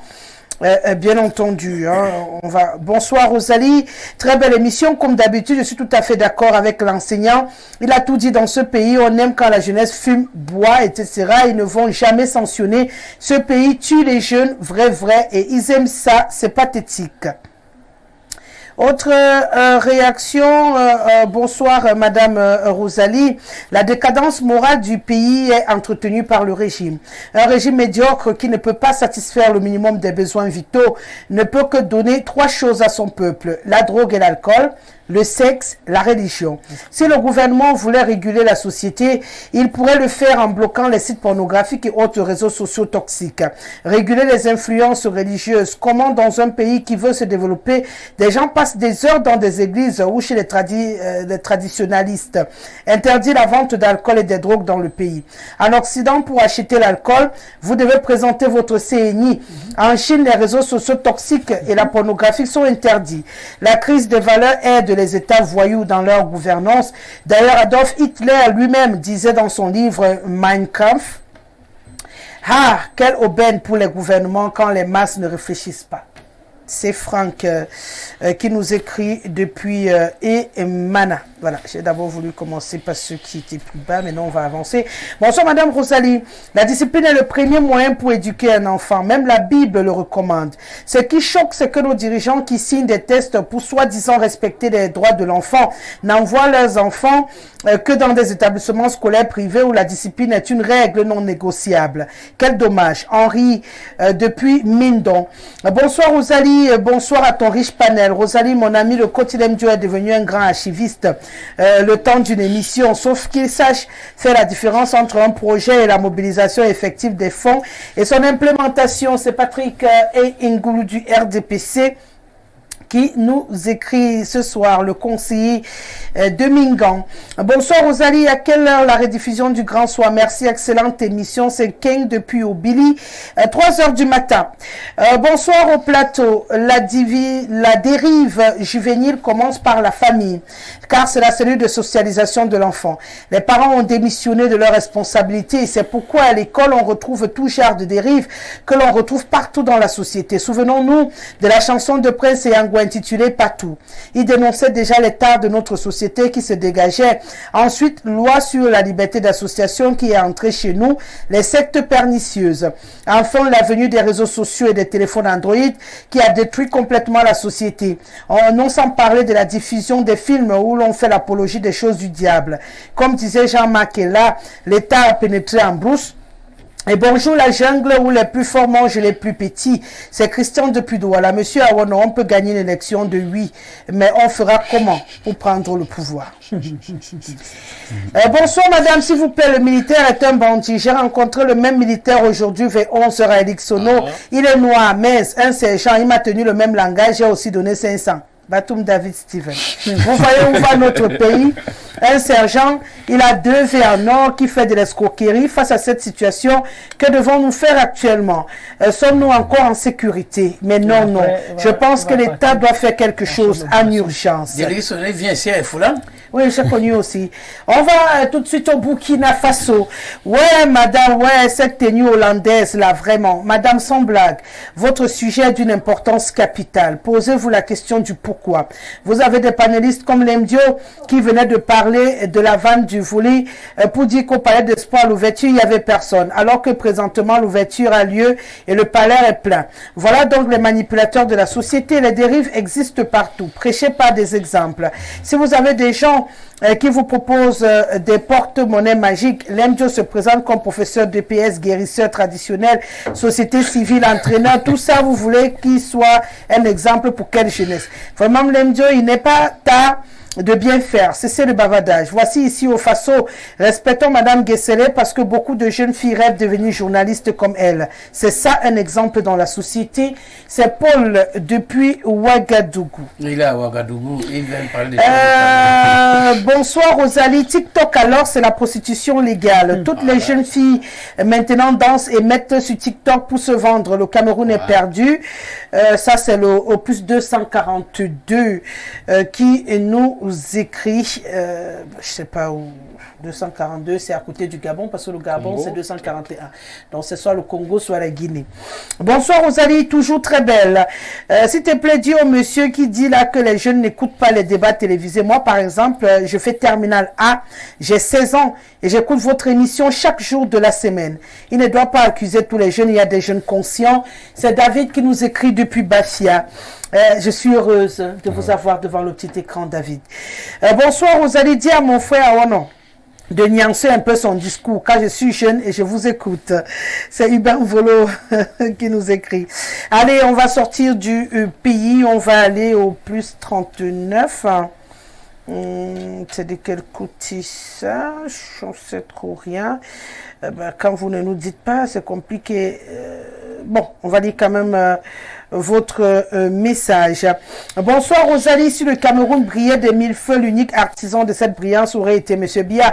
Donc comme le Cameroun est en décrépitude généralisée, il en est aussi responsable. Mon père était inspecteur des écoles dans les années 70-80 et gagnait déjà plus de 300 000 francs CFA. Et nous ne manquions de rien à la maison. Le renouveau est arrivé et bien qu'étant délégué, il gagnait à peine 200 000. Mendoza contrôlait autant que possible le contenu de nos antennes. Mais aujourd'hui, il y a même des despos, des depsos dans les dessins animés. D'ailleurs, ils ont voulu parler de sexualité dans les livres de CE2. Il me semble le niveau de décrépitude et de recul général se fait remarquer à tous les niveaux et c'est désolant. On doit quand même garder espoir puisqu'à 91 ans, l'horloge tourne plus vite. Bonsoir ma fille Rosalie, bonsoir le grand panel du Grand Soir. Je pense que tous ceux qui sont sur le panel et qui accusent le gouvernement sur les dérives de la jeunesse ne sont pas parents. Cet homme de Côte dit quoi? C'est lui qui passe tout son temps à jubiler dans les forums, ses photos avec un vieux cigare sur la bouche. Est-il lui-même un bon exemple pour sa jeunesse? Je vous rappelle que malgré tout ce que le gouvernement fait, chacun est responsable de ses enfants. Nos enfants ne sont pas à l'image du gouvernement, mais à l'image de leurs parents. Quand les fils du coach vont commencer à fumer le chanvre, il va accuser le gouvernement. Moi, je veux accuser le gouvernement sur le manque de travail, mais pas sur les comportements déviants des enfants. Comportement déviant. Mes enfants sont à mon image et à celle de leur mère. Ma fille Rosalie, les filles qui sont à moitié nues en route quittent leur maison devant leurs parents habillés ainsi. D'autres, c'est leurs parents qui payent même ses habits. J'ai vu la fille du coach à sa soutenance avec une robe qui ne dépassait pas trop les genoux. Est-ce que c'est le gouvernement qui a cousu? Non, c'est le coach qui éduque mal ses enfants. Alors je demande aux parents d'éduquer leurs enfants, même s'ils sont chômeurs, qu'ils soient responsables au moins. Tel père, tel fils, telle mère, telle fille. C'est l'apôtre Pierre Ramsès, le spirologue de Punkwaba. Je m'aligne contre des discours comme ceux du coach en appuyant les bonnes paroles du juriste. Déjà, le juriste parle un homme sage et intellectuel, contrairement au coach. Éduquons nos jeunes et apprenons-leur qu'il y a dans les faux du vrai aussi. Moi, j'envoie mes enfants où il y a des personnes de bonne moralité. Mes enfants font des mêmes écoles et ne font pas du n'importe quoi, car ils voient d'abord la vie de papa. Le jeune qui boit la bière au bar a vu d'abord son père boire et non le gouvernement boire. La base des dérives de nos enfants dans notre jeunesse, c'est nous les parents et non le gouvernement. Ma fille Rosalie, mon fils préfère que tu le tues si tu lui donnes une goutte d'alcool. S'il te plaît, monsieur le coach, éduque tes enfants chez toi et ils seront des bons citoyens, même si tout se gâte. La Bible dit, apprends à l'enfant le chemin qu'il doit suivre afin qu'il ne l'oublie jamais, même quand il sera grand. Seigneur Jésus-Christ, l'Emdio est enseignant de quoi? Où? Avec un diplôme à la base. Ben, monsieur l'apôtre, c'est l'affaire de l'Emdio. Toute ton intervention, c'est derrière l'Emdio. Je dis que mes enfants sont mal éduqués. Les ingénieurs ne sont pas mal éduqués. Bonsoir Rosa. Faut que tu le saches. Ainsi qu'à tes enfants sont des intellectuels. Toujours tu dis de les éduquer. Si tes enfants échouent, c'est bon, il a compris. Toujours des thèmes utiles, car nos traditions sont devenues bancales à cause des nouvelles TIC. Ce qui a créé des dérapages dans notre culture, à savoir hackers, pirates, déstabilisation morale, dommages pour les générations futures, c'est arrivé depuis Yaoundé 7e. Ange depuis soir réagit. Bonjour Rosalie, le pouvoir a décidé d'abrutir le peuple en majorité, les jeunes. La preuve, nous sommes parmi les 5 pays les plus consommateurs d'alcool en Afrique. 4e en 2023. D'ailleurs, on conteste même, il paraît qu'on est premier. On n'a pas compté le forfait et le billet. On a mouillé le maillot pour qu'on ne mette pas premier. Premier, oui. Les jeux de hasard à tout coin de rue, pour couronner le tout, ils sont livrés aux désœuvrailles. Certains préfèrent prendre le chemin de non-retour vers la mer. Tout ceci pour éloigner cette jeunesse de toutes les réalités du pays. Et ça, un pays qui n'est plus dirigé. Ça, c'est un pays qui n'est plus dirigé. Ah là là là là, je ne pourrais pas sauver tout le monde. Hein. Il faut qu'on parle de sport. Bonsoir le panel. Le discours qui consiste à dire que les dés sont pipés dès le départ est défaitiste, voire même stratégique pour certains, ne devrait plus avoir lieu. Vraiment, des inscriptions massives et des votes massifs peuvent changer la donne d'une façon considérable. Même avec la fraude, on ne boucle les urnes vides. Martial Masson, qui est pour la thèse de se préparer aux élections. Bonsoir Tata Rosalie, nous les jeunes devons faire un sacrifice et suivre vos émissions comme moi. Taoué Parfait, élève de F4, qui nous regarde ce soir. Je suis très très heureuse de vous savoir aussi nombreux jeunes à suivre cette émission au quotidien. On va aller prendre le professeur Hubert Monondiana, qui est connecté également ce soir. Bonsoir Rosalie, ne faisons pas de la malversation morale une question générationnelle. Il y a de vieux cons, il y a aussi des jeunes cons. Ceux-ci ont été élevés dans la connerie. Leurs parents ont été élevés dans la connerie également. À quelle date pouvez-vous situer le commencement de la pourriture? Il est temps de passer à des punitions sévères et très sévères. Les vieux comme les jeunes. La punition doit suivre la faute, mais nous ne faisons que jouer et pleurnicher. Mettez en œuvre le binôme crime et châtiment et ça ira, merci. C'est le professeur Hubert Monondiana, à qui j'ai dit particulièrement bonsoir ce soir, professeur. J'espère t'avoir très vite. La jeunesse fer de lance de la nation, ouais, un fer rouillé, une jeunesse perdue. Coach, votre lecture donne froid au dos. Mais n'accusez pas les enseignants dans ça. Le thème est clair, la jeunesse face aux dérives. Posons-nous la question, quelle action le gouvernement fait pour abolir ces dérives? Comment se trouve-t-il que ces produits, drogues, stupéfiants, chicha, arrivent sur nos territoires? Pas de réglementation. Les parents également ont démissionné de leur rôle. Ouais, les TikTok alors, faites-y un tour pour voir. Désiré qui nous écrit depuis Garoua. Vous êtes très nombreux, hein. Vous voyez, c'est même en train de planter. Dieu seul sait que mon nouvel Android ne plantait plus. Vous avez recommencé à me faire peur. Je voulais sauver ma soeur Thomas avant de m'arrêter. Parce que j'ai parié qu'il était connecté. Ouais, enfin revenu de mon astronef nutritionnel de l'Assomption au petit matin. L'Emdio Lopon ne se dit pas gras. Au sombo qu'avait ma Rosa. Welcome Romaric. Ali m'a perdu depuis l'enterrement du Tierman. Irons-nous nous entraîner dans la Sanaga de Rosa pour Paris? Awono, dans ses pleurs de Mbole, à vivre des batailles ministronnes dans sa léquier. Masoktouma, il continue. Waouh, où va le Cameroun? Vous posez un problème de civisme et de morale à conduire la société vers un véritable génocide. La jeunesse est embarquée dans un système putride du R et une délinquance de jouissance qui ne lui appartient pas. Parce qu'elle a servi à l'ouverture des civilisations occidentales dans la perversité.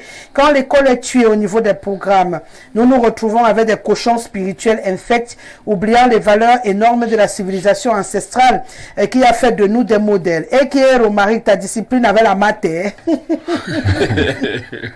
Regarde, tout discipliné, il avait discipliné la matière. Bonsoir à tout le panel. Je prends ce dernier message. La dérive de la jeunesse a plusieurs causes. La démission parentale, le copiage séville des réseaux sociaux, la facilité, le chômage et la pauvreté ambiante.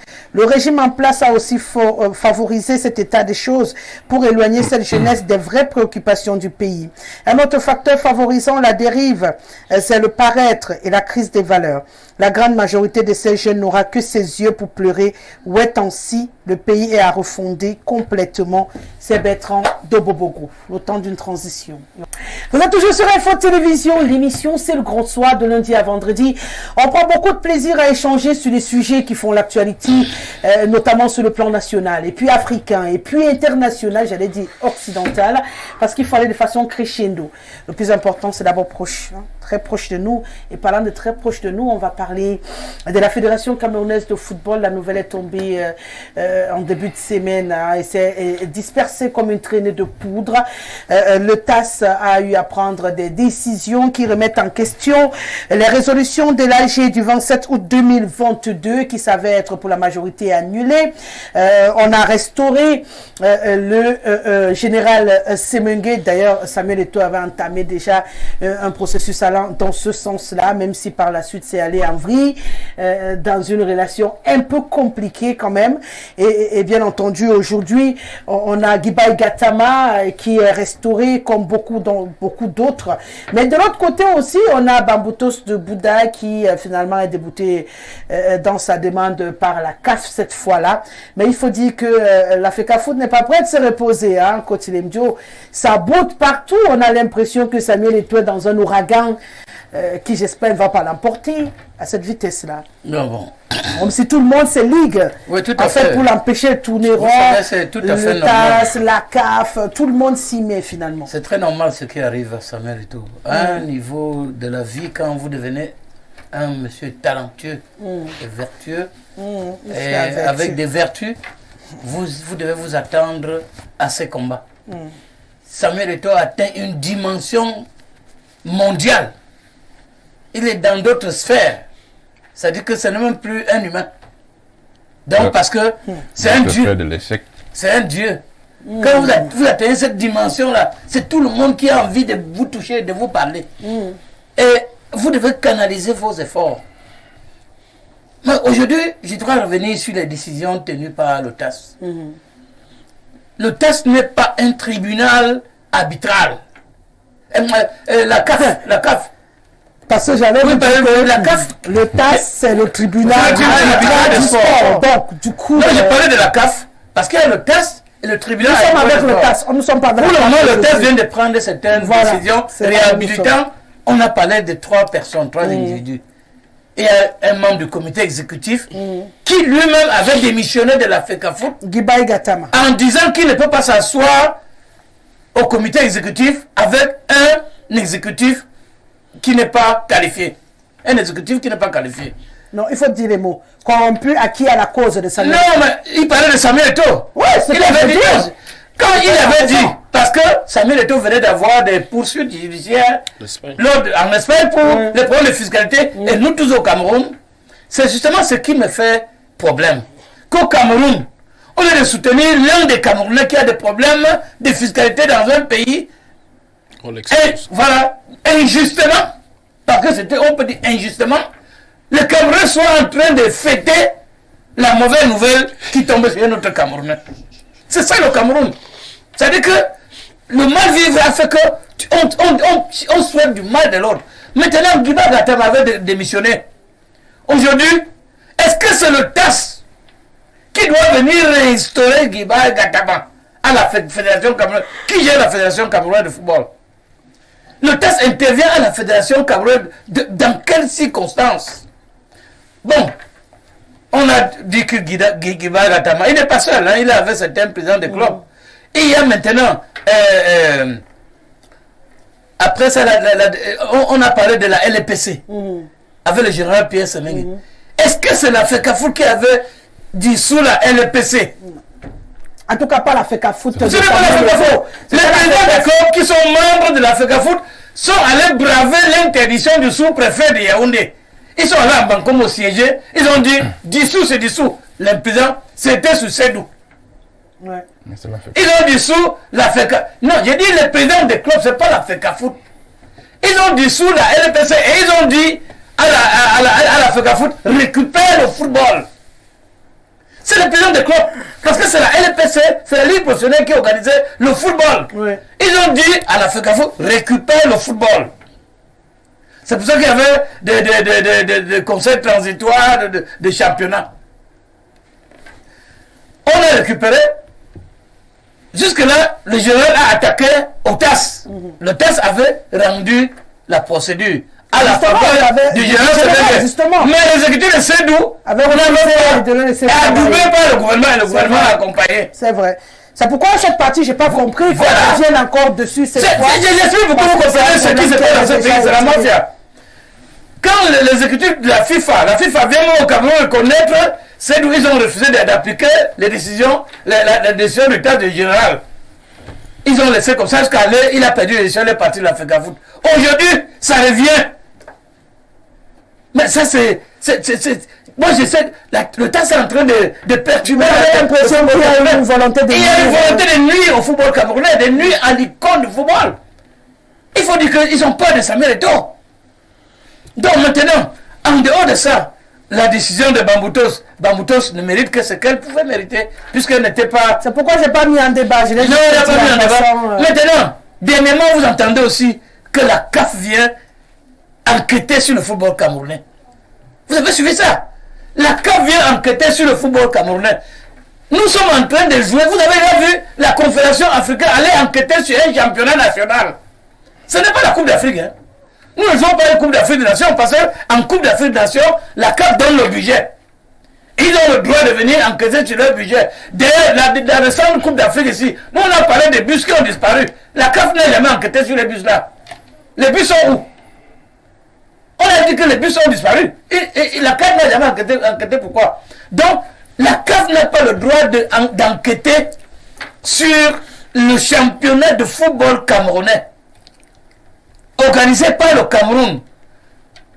Parce que la CAF ne nous donne rien pour l'organisation de ce championnat. Et la CAF ne prend pas les décisions. La CAF n'impose pas dans une fédération avec qui le président de la fédération devrait travailler. Il y a un comité exécutif à la fédération qui travaille. Pour constater la vacance, il faut qu'il y ait une assemblée générale extraordinaire.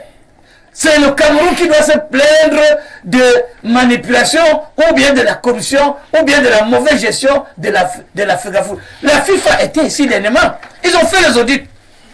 Ils ont apprécié la FECAFOOT en remettant même de l'argent qui a été distribué au club pour bonne gestion en taxant la fédération camerounaise des meilleures fédérations d'Afrique. Vous sentez qu'il y a des manipulateurs. Il y a des gens tapis dans l'homme. Quand on voit Samuel Eto'o aujourd'hui, Madame Gessere, les gens au Cameroun, je vais vous dire, ça a beaucoup de la première dimension, c'est que les politiciens, les politiciens, quand ils voient Samuel Eto'o, ils pensent qu'à Ouéa au Pont Georges. Ce que Eto'o fait peur à tout le monde. Vous savez que c'est l'homme le plus populaire au Cameroun, le plus clair. On sait que Samuel Eto'o, je dis le plus aimé, que si il est père à Fecafoot, là, ils savent que s'ils font chez Pops, toute la République, même si on n'a jamais sorti, on va sortir pour Samuel Eto'o. Ils savent ça. Ils savent que c'est l'homme le plus puissant. Moi, j'ai dit ça. Et ils ont peur. Maintenant, du côté sport, à la CAF, là, ils tremblent. Ils savent que Eto'o atteint les dimensions supérieures qui sont au-dessus de l'air, à la CAF et à la FIFA. Ils savent que si Eto'o veut prendre la FIFA aujourd'hui, ou la CAF, il va prendre. C'est pour ça que vous avez aussi, comme il avait battu Sédou, il est à la CAF là-bas. Il est 4e vice-président. Tout ce qui va passer là-bas concernant la Fecafoot, Sédou va valider. Sédou va valider par jalousie. Donc moi j'ai dit, il faut les petits écrits, il faut aimer notre pays. Il n'y a personne qui gère la fédération comme Samuel Eto'o. Depuis aujourd'hui qu'il est là-bas, il est venu, il a élevé les subventions à 48 millions. Et il a payé. Oui, tu n'aimes pas attendre ça. Les pas touché 8 millions avant. Maintenant ils sont à 48 millions. Plus de 5 millions. Les gens ont dormi dans les hôtels, nourris, pour un championnat. Il a sorti 4 milliards de sa peau dernièrement pour amener les clubs au Qatar. Il n'y avait pas d'argent dans le club d'Africafoot. Les joueurs sont des salariés aujourd'hui. C'est ce qu'il n'y avait pas. Il est en train d'affiler les enfants à la CNPS. Donc, il y a plusieurs aménagements. Les interpôts se jouent. On connaît aujourd'hui quand le championnat commence, quand ça finit, quand les dates de période. Les gens reviennent au stade. Mais vous voulez que... Vous dites qu'il y a des problèmes dans le football. Personne n'a jamais géré autant le football camerounais comme Samuel Eto'o à l'heure actuelle. D'accord. Et si il n'y a que Jésus-Christ qui peut venir le remplacer aujourd'hui. Monsieur Jacques Léonce Awono, est-ce que finalement Samuel Eto'o est victime aussi un tout petit peu on dit que l'on ne peut pas se prévoir de ses propres turpitudes, parce que quelque part, même quand on lit quand même cette décision du TAS, c'est vrai qu'il y a des décisions qui sont logiques à l'intérieur, mais le cas par exemple de la LFPC, son retour, surprend quand même tous les acteurs du football camerounais qui ont vécu. Non, Guibaï c'est clair, c'est lui qui a porté plainte. C'est de bonne guerre qu'il fallait une sentence en sa faveur ou en sa défaveur. Donc la sentence est en sa faveur. Le juge. Mais on dit que le juge doit revenir. Est-ce que c'est l'ouverture un tout petit peu de cette décision à des problèmes qui pour certains n'existaient pas, ou des problèmes qui avaient déjà trouvé des solutions dans le passé? Est-ce qu'on n'a pas finalement eu un besoin de déstabiliser un tout petit peu cette fédération qui n'est pas déjà très stable? Oui, et je préfère m'approprier votre conclusion. C'est une fédération qui n'est pas très stable. Oui, j'ai écouté avec beaucoup d'amusement Monsieur Lemdo dans son angélisme envers un monsieur qui est président de la Fédération camerounaise de football. Je crois que à chaque fois qu'on parle de la Fecafoot et de ce monsieur, j'ai un pincement au cœur. Et je m'en veux beaucoup parce qu'en réalité, c'est un monsieur que moi j'ai soutenu. Lorsqu'il a annoncé simplement sa candidature, je l'ai soutenu, je l'ai beaucoup soutenu même d'ailleurs. Mais quelques heures ou quelques jours après, quelques mois après, j'ai compris que ce monsieur était une filouterie d'espoir pour moi et pour beaucoup de Camerounais.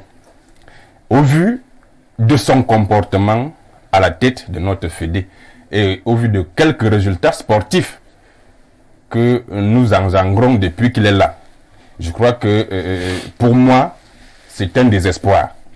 Parce qu'en réalité, lorsque vous prenez aujourd'hui la décision du TAS, puisque c'est le prétexte pour notre débat, vous comprenez qu'en réalité, c'est un monsieur qui est venu, encore qui s'est toujours comporté comme ça, mais je me disais qu'en réalité, lorsqu'il comprendra que là, il est quand même gestionnaire des fonds publics, et il pourra quand même diluer quelques comportements qu'il avait avant.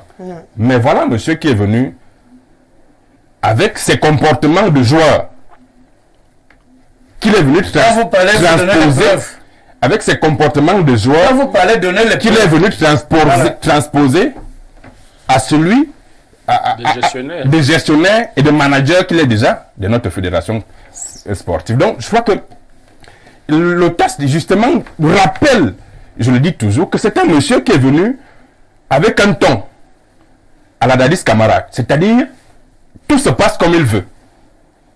Du moment où vous n'êtes pas d'accord avec ce qu'il dit, vous êtes radié. Et ça, depuis qu'il est arrivé, ça se passe comme ça. C'est un monsieur qui préfère s'entourer de ses petits copains, de ses amis d'hier, qui pour beaucoup n'ont aucune compétence dans ce qu'ils font.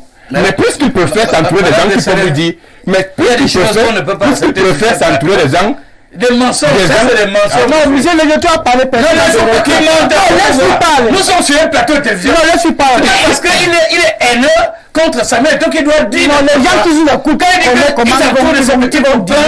Il y a le mot d'Adil Kamara. Laisse-lui parler. Il n'y a pas de pouchis, ça l'a fait cafou. Laisse-lui parler. Cette prononciation. Samuel Eto'o ne s'en fout. C'est son point de vue. Parce qu'il est en train de chasser ceux-là que tu penses que sont ses amis. C'est son point de vue. Laisse-lui parler. Alors pourquoi? C'est son point de vue. C'est son point de vue. N'imposez pas. Heureusement, M. Lemdios me connaît très bien. Il connaît que je ne peux pas avoir peur de lui et que je vais continuer normalement à tenir mon propos. Donc, pour dire qu'en réalité, voilà un monsieur qui est venu avec ses petits copains et qui gère l'Africa Foot de par son clientélisme, par le copinage. C'est-à-dire que lorsque vous ne pouvez pas être manager d'une fédération sportive et vous voulez que les choses se passent telles que vous voulez, c'est-à-dire lorsque vous prenez la décision du TAS, la décision du TAS reconforte justement tout le monde qui n'a pas été d'accord avec lui et donc il a foutu à la porte. Vous prenez Guibaï Gatama et tous les autres. C'est des gens qui n'ont pas été d'accord avec sur certains points et donc il a foutu à la porte. Que le TAS reconforte. C'est-à-dire que le TAS lui dit, monsieur, ce n'est pas parce que vous êtes président de la Fédération camerounaise de football que tout doit se passer tel comme vous voulez. Ce n'est pas parce que vous vous appelez Samuel Eto'o, vous avez été une icône, que personne n'a rien à vous dire. Il faut bien que les Camerounais le sachent. Ce n'est pas parce que c'est Samuel Eto'o qu'on ne doit rien dire sur la Fédé. Et lorsque vous voyez en réalité ce qui se passe actuellement à la Fédé, c'est un bateau qui est en train de couler complètement. Parce qu'en réalité, tout le monde qui a soutenu ce monsieur est complètement en train de comprendre que il est en train de mener les gens en bateau. Parce qu'en réalité, oui, les gens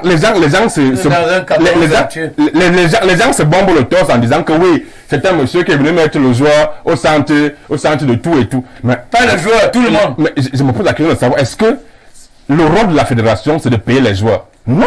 C'est quoi? Ce n'est pas de payer les joueurs. Encore que ce n'est pas l'Africa Foot qui paye les joueurs. Son rôle, c'est de quoi? Son rôle, ce n'est pas de payer les joueurs. C'est de quoi? Ce n'est pas de... Encore que... Bon. Tu ne connais pas l'émission de la fédération? Ils nous font croire que oui. C'est un monsieur qui est venu mettre le joueur au centre du jeu. Les joueurs, tous, il y a 200 000 francs par mois. Mais je veux que monsieur Lemdio m'apporte la preuve de ce que il y a un joueur qui a touché 200 000 ce mois.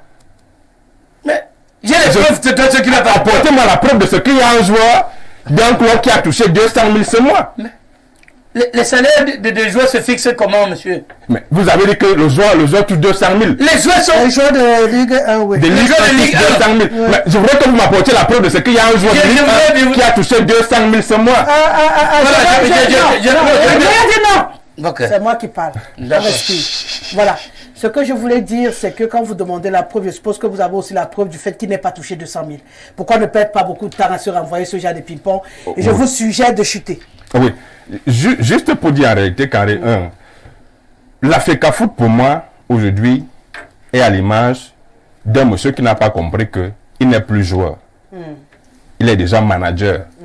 Et qu'il faut changer, il faut laisser certains comportements de joueurs pour pouvoir adopter celui d'un manager.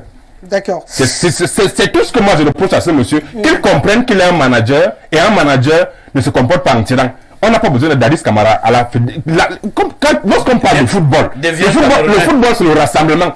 Vous ne pouvez donc pas rassembler en voulant que tout se passe comme vous voulez. Ce n'est pas possible. Il doit mettre un peu d'eau dans son vin. Un peu d'eau. D'accord.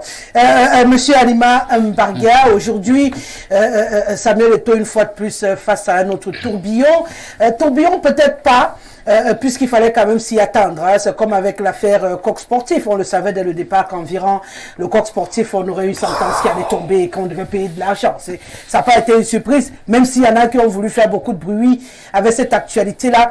Est-ce que finalement, il n'est pas victime, Samuel Eto'o, d'une envie de trop faire, de trop bien faire.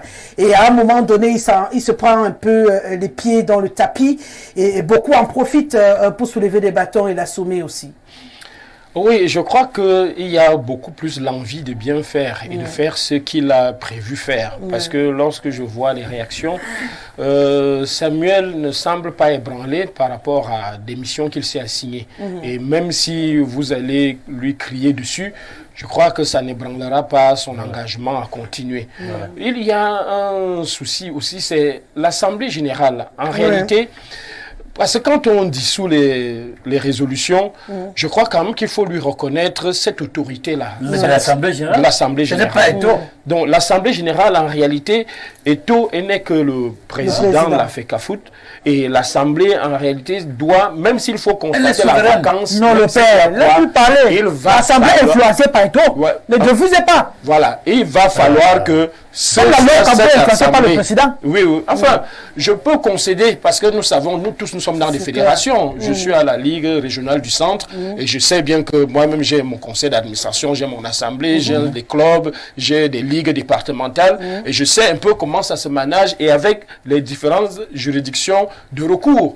Donc, s'il arrive aujourd'hui qu'il y a un mismanagement, s'il faut le dire ainsi, je sais à quel niveau est-ce que appuyer, voilà, je peux appuyer, que tu veux aussi. Voilà, ou bien je serai attaqué parce que naturellement, je peux avoir aussi des inimitiés par rapport à ce que je gère. Tout comme au niveau de la nationale, je peux aussi avoir des recours à proposer quand ça ne va pas. Enfin, je ne le mettrai pas pour nous ici, mais je sais quand même que ça ne va pas presque dans toutes les familles sportives. Mais tout au moins, il faut savoir gérer cela. Je demande bien, est-ce que les griefs que Guibaï dénonçait là, en 2022, c'est-à-dire en disant que le président n'est plus légitime, et il cite l'article 36, 47 des réglementations et statuts de la FECAFOOT. Je dis, est-ce que en réalité, lorsqu'on va dans ce sillage, il ne sera pas question aujourd'hui de remettre des lampions sur Samuel et que les uns et les autres puissent être agités à ce que cette assemblée constate ou alors provoque une rencontre pour à ce qu'on remet. C'est l'objectif. C'est l'objectif. Justement, c'est ce que je voyais dans ça. Par cette sortie. Oui, c'est ce que je voyais dans ça. Parce que de bonne guerre, sur la scène publique, on a observé déjà un courrier, je sais qu'il venait de quel ministère, je crois que c'est des Finances, où on disait qu'il y a un 2 milliards qui était prévu à gauche et à droite pour le Qatar, et que bon, naturellement, il faut que la FECAFOOT s'apprête à rembourser les 2 milliards, encore qu'ils nous ont promis la Coupe du Monde. Ensuite, il y a la CAF qui vient et dit il faut enquêter, il faut regarder en profondeur le management de la FECAFOOT sous Samuel Eto'o, et qu'on sait bien les acteurs qui se retrouvent à la CAF, qui peuvent être derrière en train d'attiser le feu. Vous accusez Seydou de manipuler enfin, pour mettre... Nous savons bien qu'il y a une bagarre qui a commencé aux basses échelles et qui peut continuer aux hautes échelles. Mais curieusement, la FIFA a eu à administrer, comme on dit, une copie exemplaire avec bonus à Samuel en disant qu'au niveau de la gestion en Afrique, c'est bon.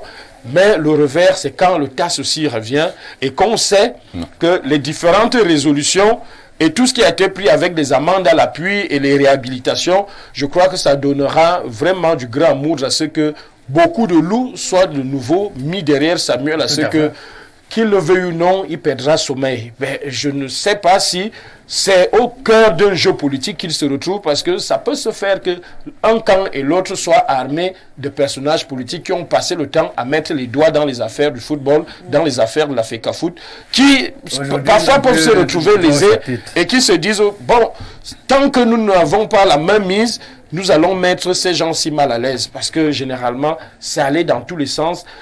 Le football a bénéficié d'une attention particulière au point où dans nos élections, moi j'avais souligné cela, comment est-ce que c'est Elections Cameroun qui organise, qui assiste, qui siège, qui donne les résultats à la FECAFOOT, et dans les autres fédérations, ce n'est plus Elections Cameroun. Vous avez l'impression que la FECAFOOT est un peu politisée au Cameroun? En fait, c'était pour le faire. Tout ce qui se passe de ce côté-là n'a jamais rien de clair. En fait, moi, je disais plutôt qu'il y a une mainmise, où il y a une complicité ou une protection que la machine gouvernementale voudrait bien accorder à la FECAFOOT et que les autres fédérations n'avaient pas. Parce que si on a souffert pendant près d'une dizaine d'années avec la FECAFOOT, parce que ça n'allait pas, il fallait aller de normalisation en normalisation, on ne pouvait pas renouveler les autres fédérations. Mais quand on a fini d'arranger la copie, sortir quand même ne serait-ce qu'un background qu'on devrait suivre par rapport aux élections, que cela ne s'applique qu'à la FECAFOOT et que les autres viennent aux élections un an après. Parce qu'après 2021, je crois que les autres fédérations ont été renouvelées en 2022, en fin d'année, et que quand on observe les mécanismes mis en place, ce n'est pas les mêmes. Est-ce qu'il n'y a pas favoritisme à gauche, ou alors la FECAFOOT ne se laisse pas elle-même exposer au lieu de chasser ces mains mises-là qui veulent l'attraper. C'est-à-dire qu'elle se coupe ces mains-là et qu'elle continue à évoluer. C'est la coupure là qui n'est pas facile. J'ai une question avant de passer la parole à Romaric, libre de répondre. Le TAS est au-dessus de l'Assemblée générale? Bien sûr. Le TAS, c'est le tribunal. Non, je sais. Je voulais juste avoir la réponse. Une précision. Des AG. De toutes les fédérations. C'est le tribunal arbitral des sports. Le TAS ne donne pas des Laisse-moi parler. Laisse-moi parler. Une précision. Laisse-moi parler. Ne donne pas des fédérations. Monsieur Romaric, une seconde, j'arrive. Je voulais juste poser la question pour qu'on se comprenne très bien. Ouais. Si le TAS est habilité à annuler l'Assemblée générale du 27 août 2022, ça veut dire que tout est possible. C'était pour clôturer avec vous. En 30 secondes, qu'est-ce que vous vouliez ajouter avant que Romaric ne prenne la parole? Oui, pour dire que l'Assemblée générale n'est pas au-dessus du TAS. Encore que l'Assemblée générale doit être tenue en vertu des textes et des statuts. Et cette Assemblée générale avait pris une décision, pour moi, qui m'avait choqué. C'est d'allonger le mandat. De rallonger le mandat de partir de 4 ans à 7 ans. Donc, en réalité, le texte, les gens disent que... C'est une manière de remettre la pendule à l'heure pour une réalité. Suivez vos textes d'abord. Les fédérations sportives suivent la FIFA. Monsieur Romaric, vous avez la parole, vous également, pour faire votre lecture de ces décisions du TAS qui remettent Samuel Eto'o au devant de la scène et sous les lampions, hein, qu'on le veuille ou non. Beaucoup de choses peuvent découler de cette annulation de l'Assemblée générale, notamment du 27 août 2022. Pour le reste, c'est du mini-frutin, mais c'est la décision la plus compliquée dans cette sortie du TAS. Oui, madame. Aujourd'hui, je suis décidé de parler en français parce que je veux que vous me compreniez. Ouais. On n'a pas parlé... J'aime cet effort, monsieur. On n'a pas parlé de la présence ou futur sans parler de le passé. Tout ça, c'est parce qu'il y a un maréisme, il y a un mauvais esprit dans le FECAFOOT. Je ne parle pas parce que je suis anglophone. Si on rentre le temps de Mohamed, Iya Mohamed, le vrai président de FECAFOOT doit être John Beginning. Ça, c'est l'histoire. À partir du moment-là, parce que c'est un anglophone, on a fait tout pour le cadrer. Et après, les gens qui ont tombé à Roko émergent, Seydou émerge et les autres, on tourne, voilà le mauvais esprit qui nous dérange le Cameroun jusqu'aujourd'hui. J'ai dit que je valide ça. Si on veut vraiment que le FECAFOOT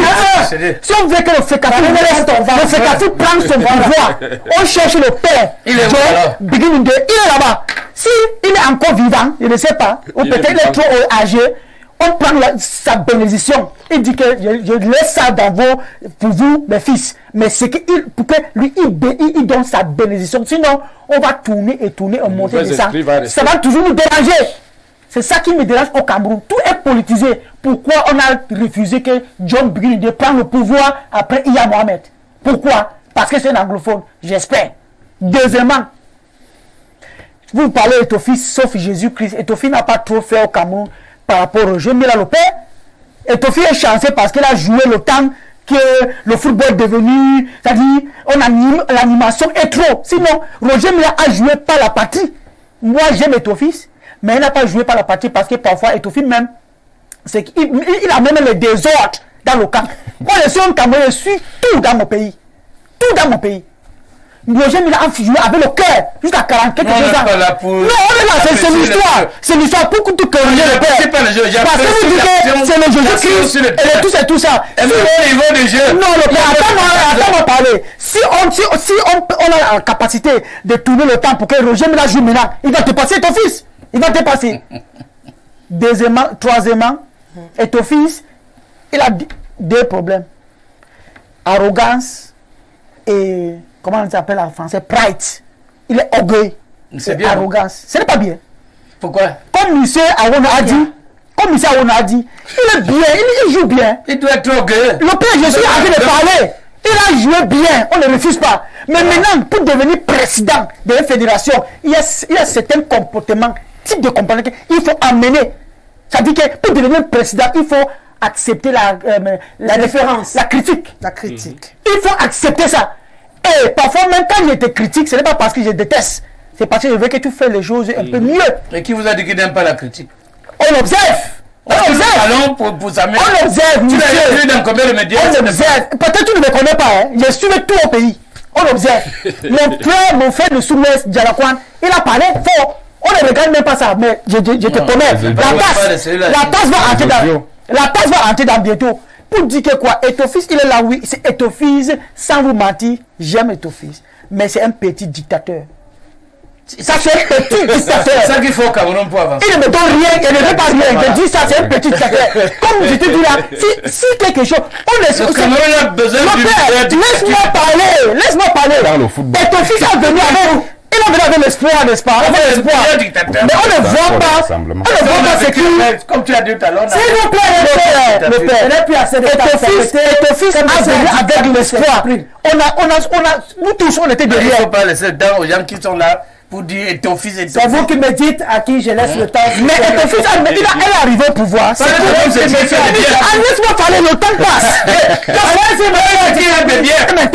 Parlez ce qui est bien aussi. Continue. Il est bon joueur, n'est-ce pas? Ce n'est pas bien.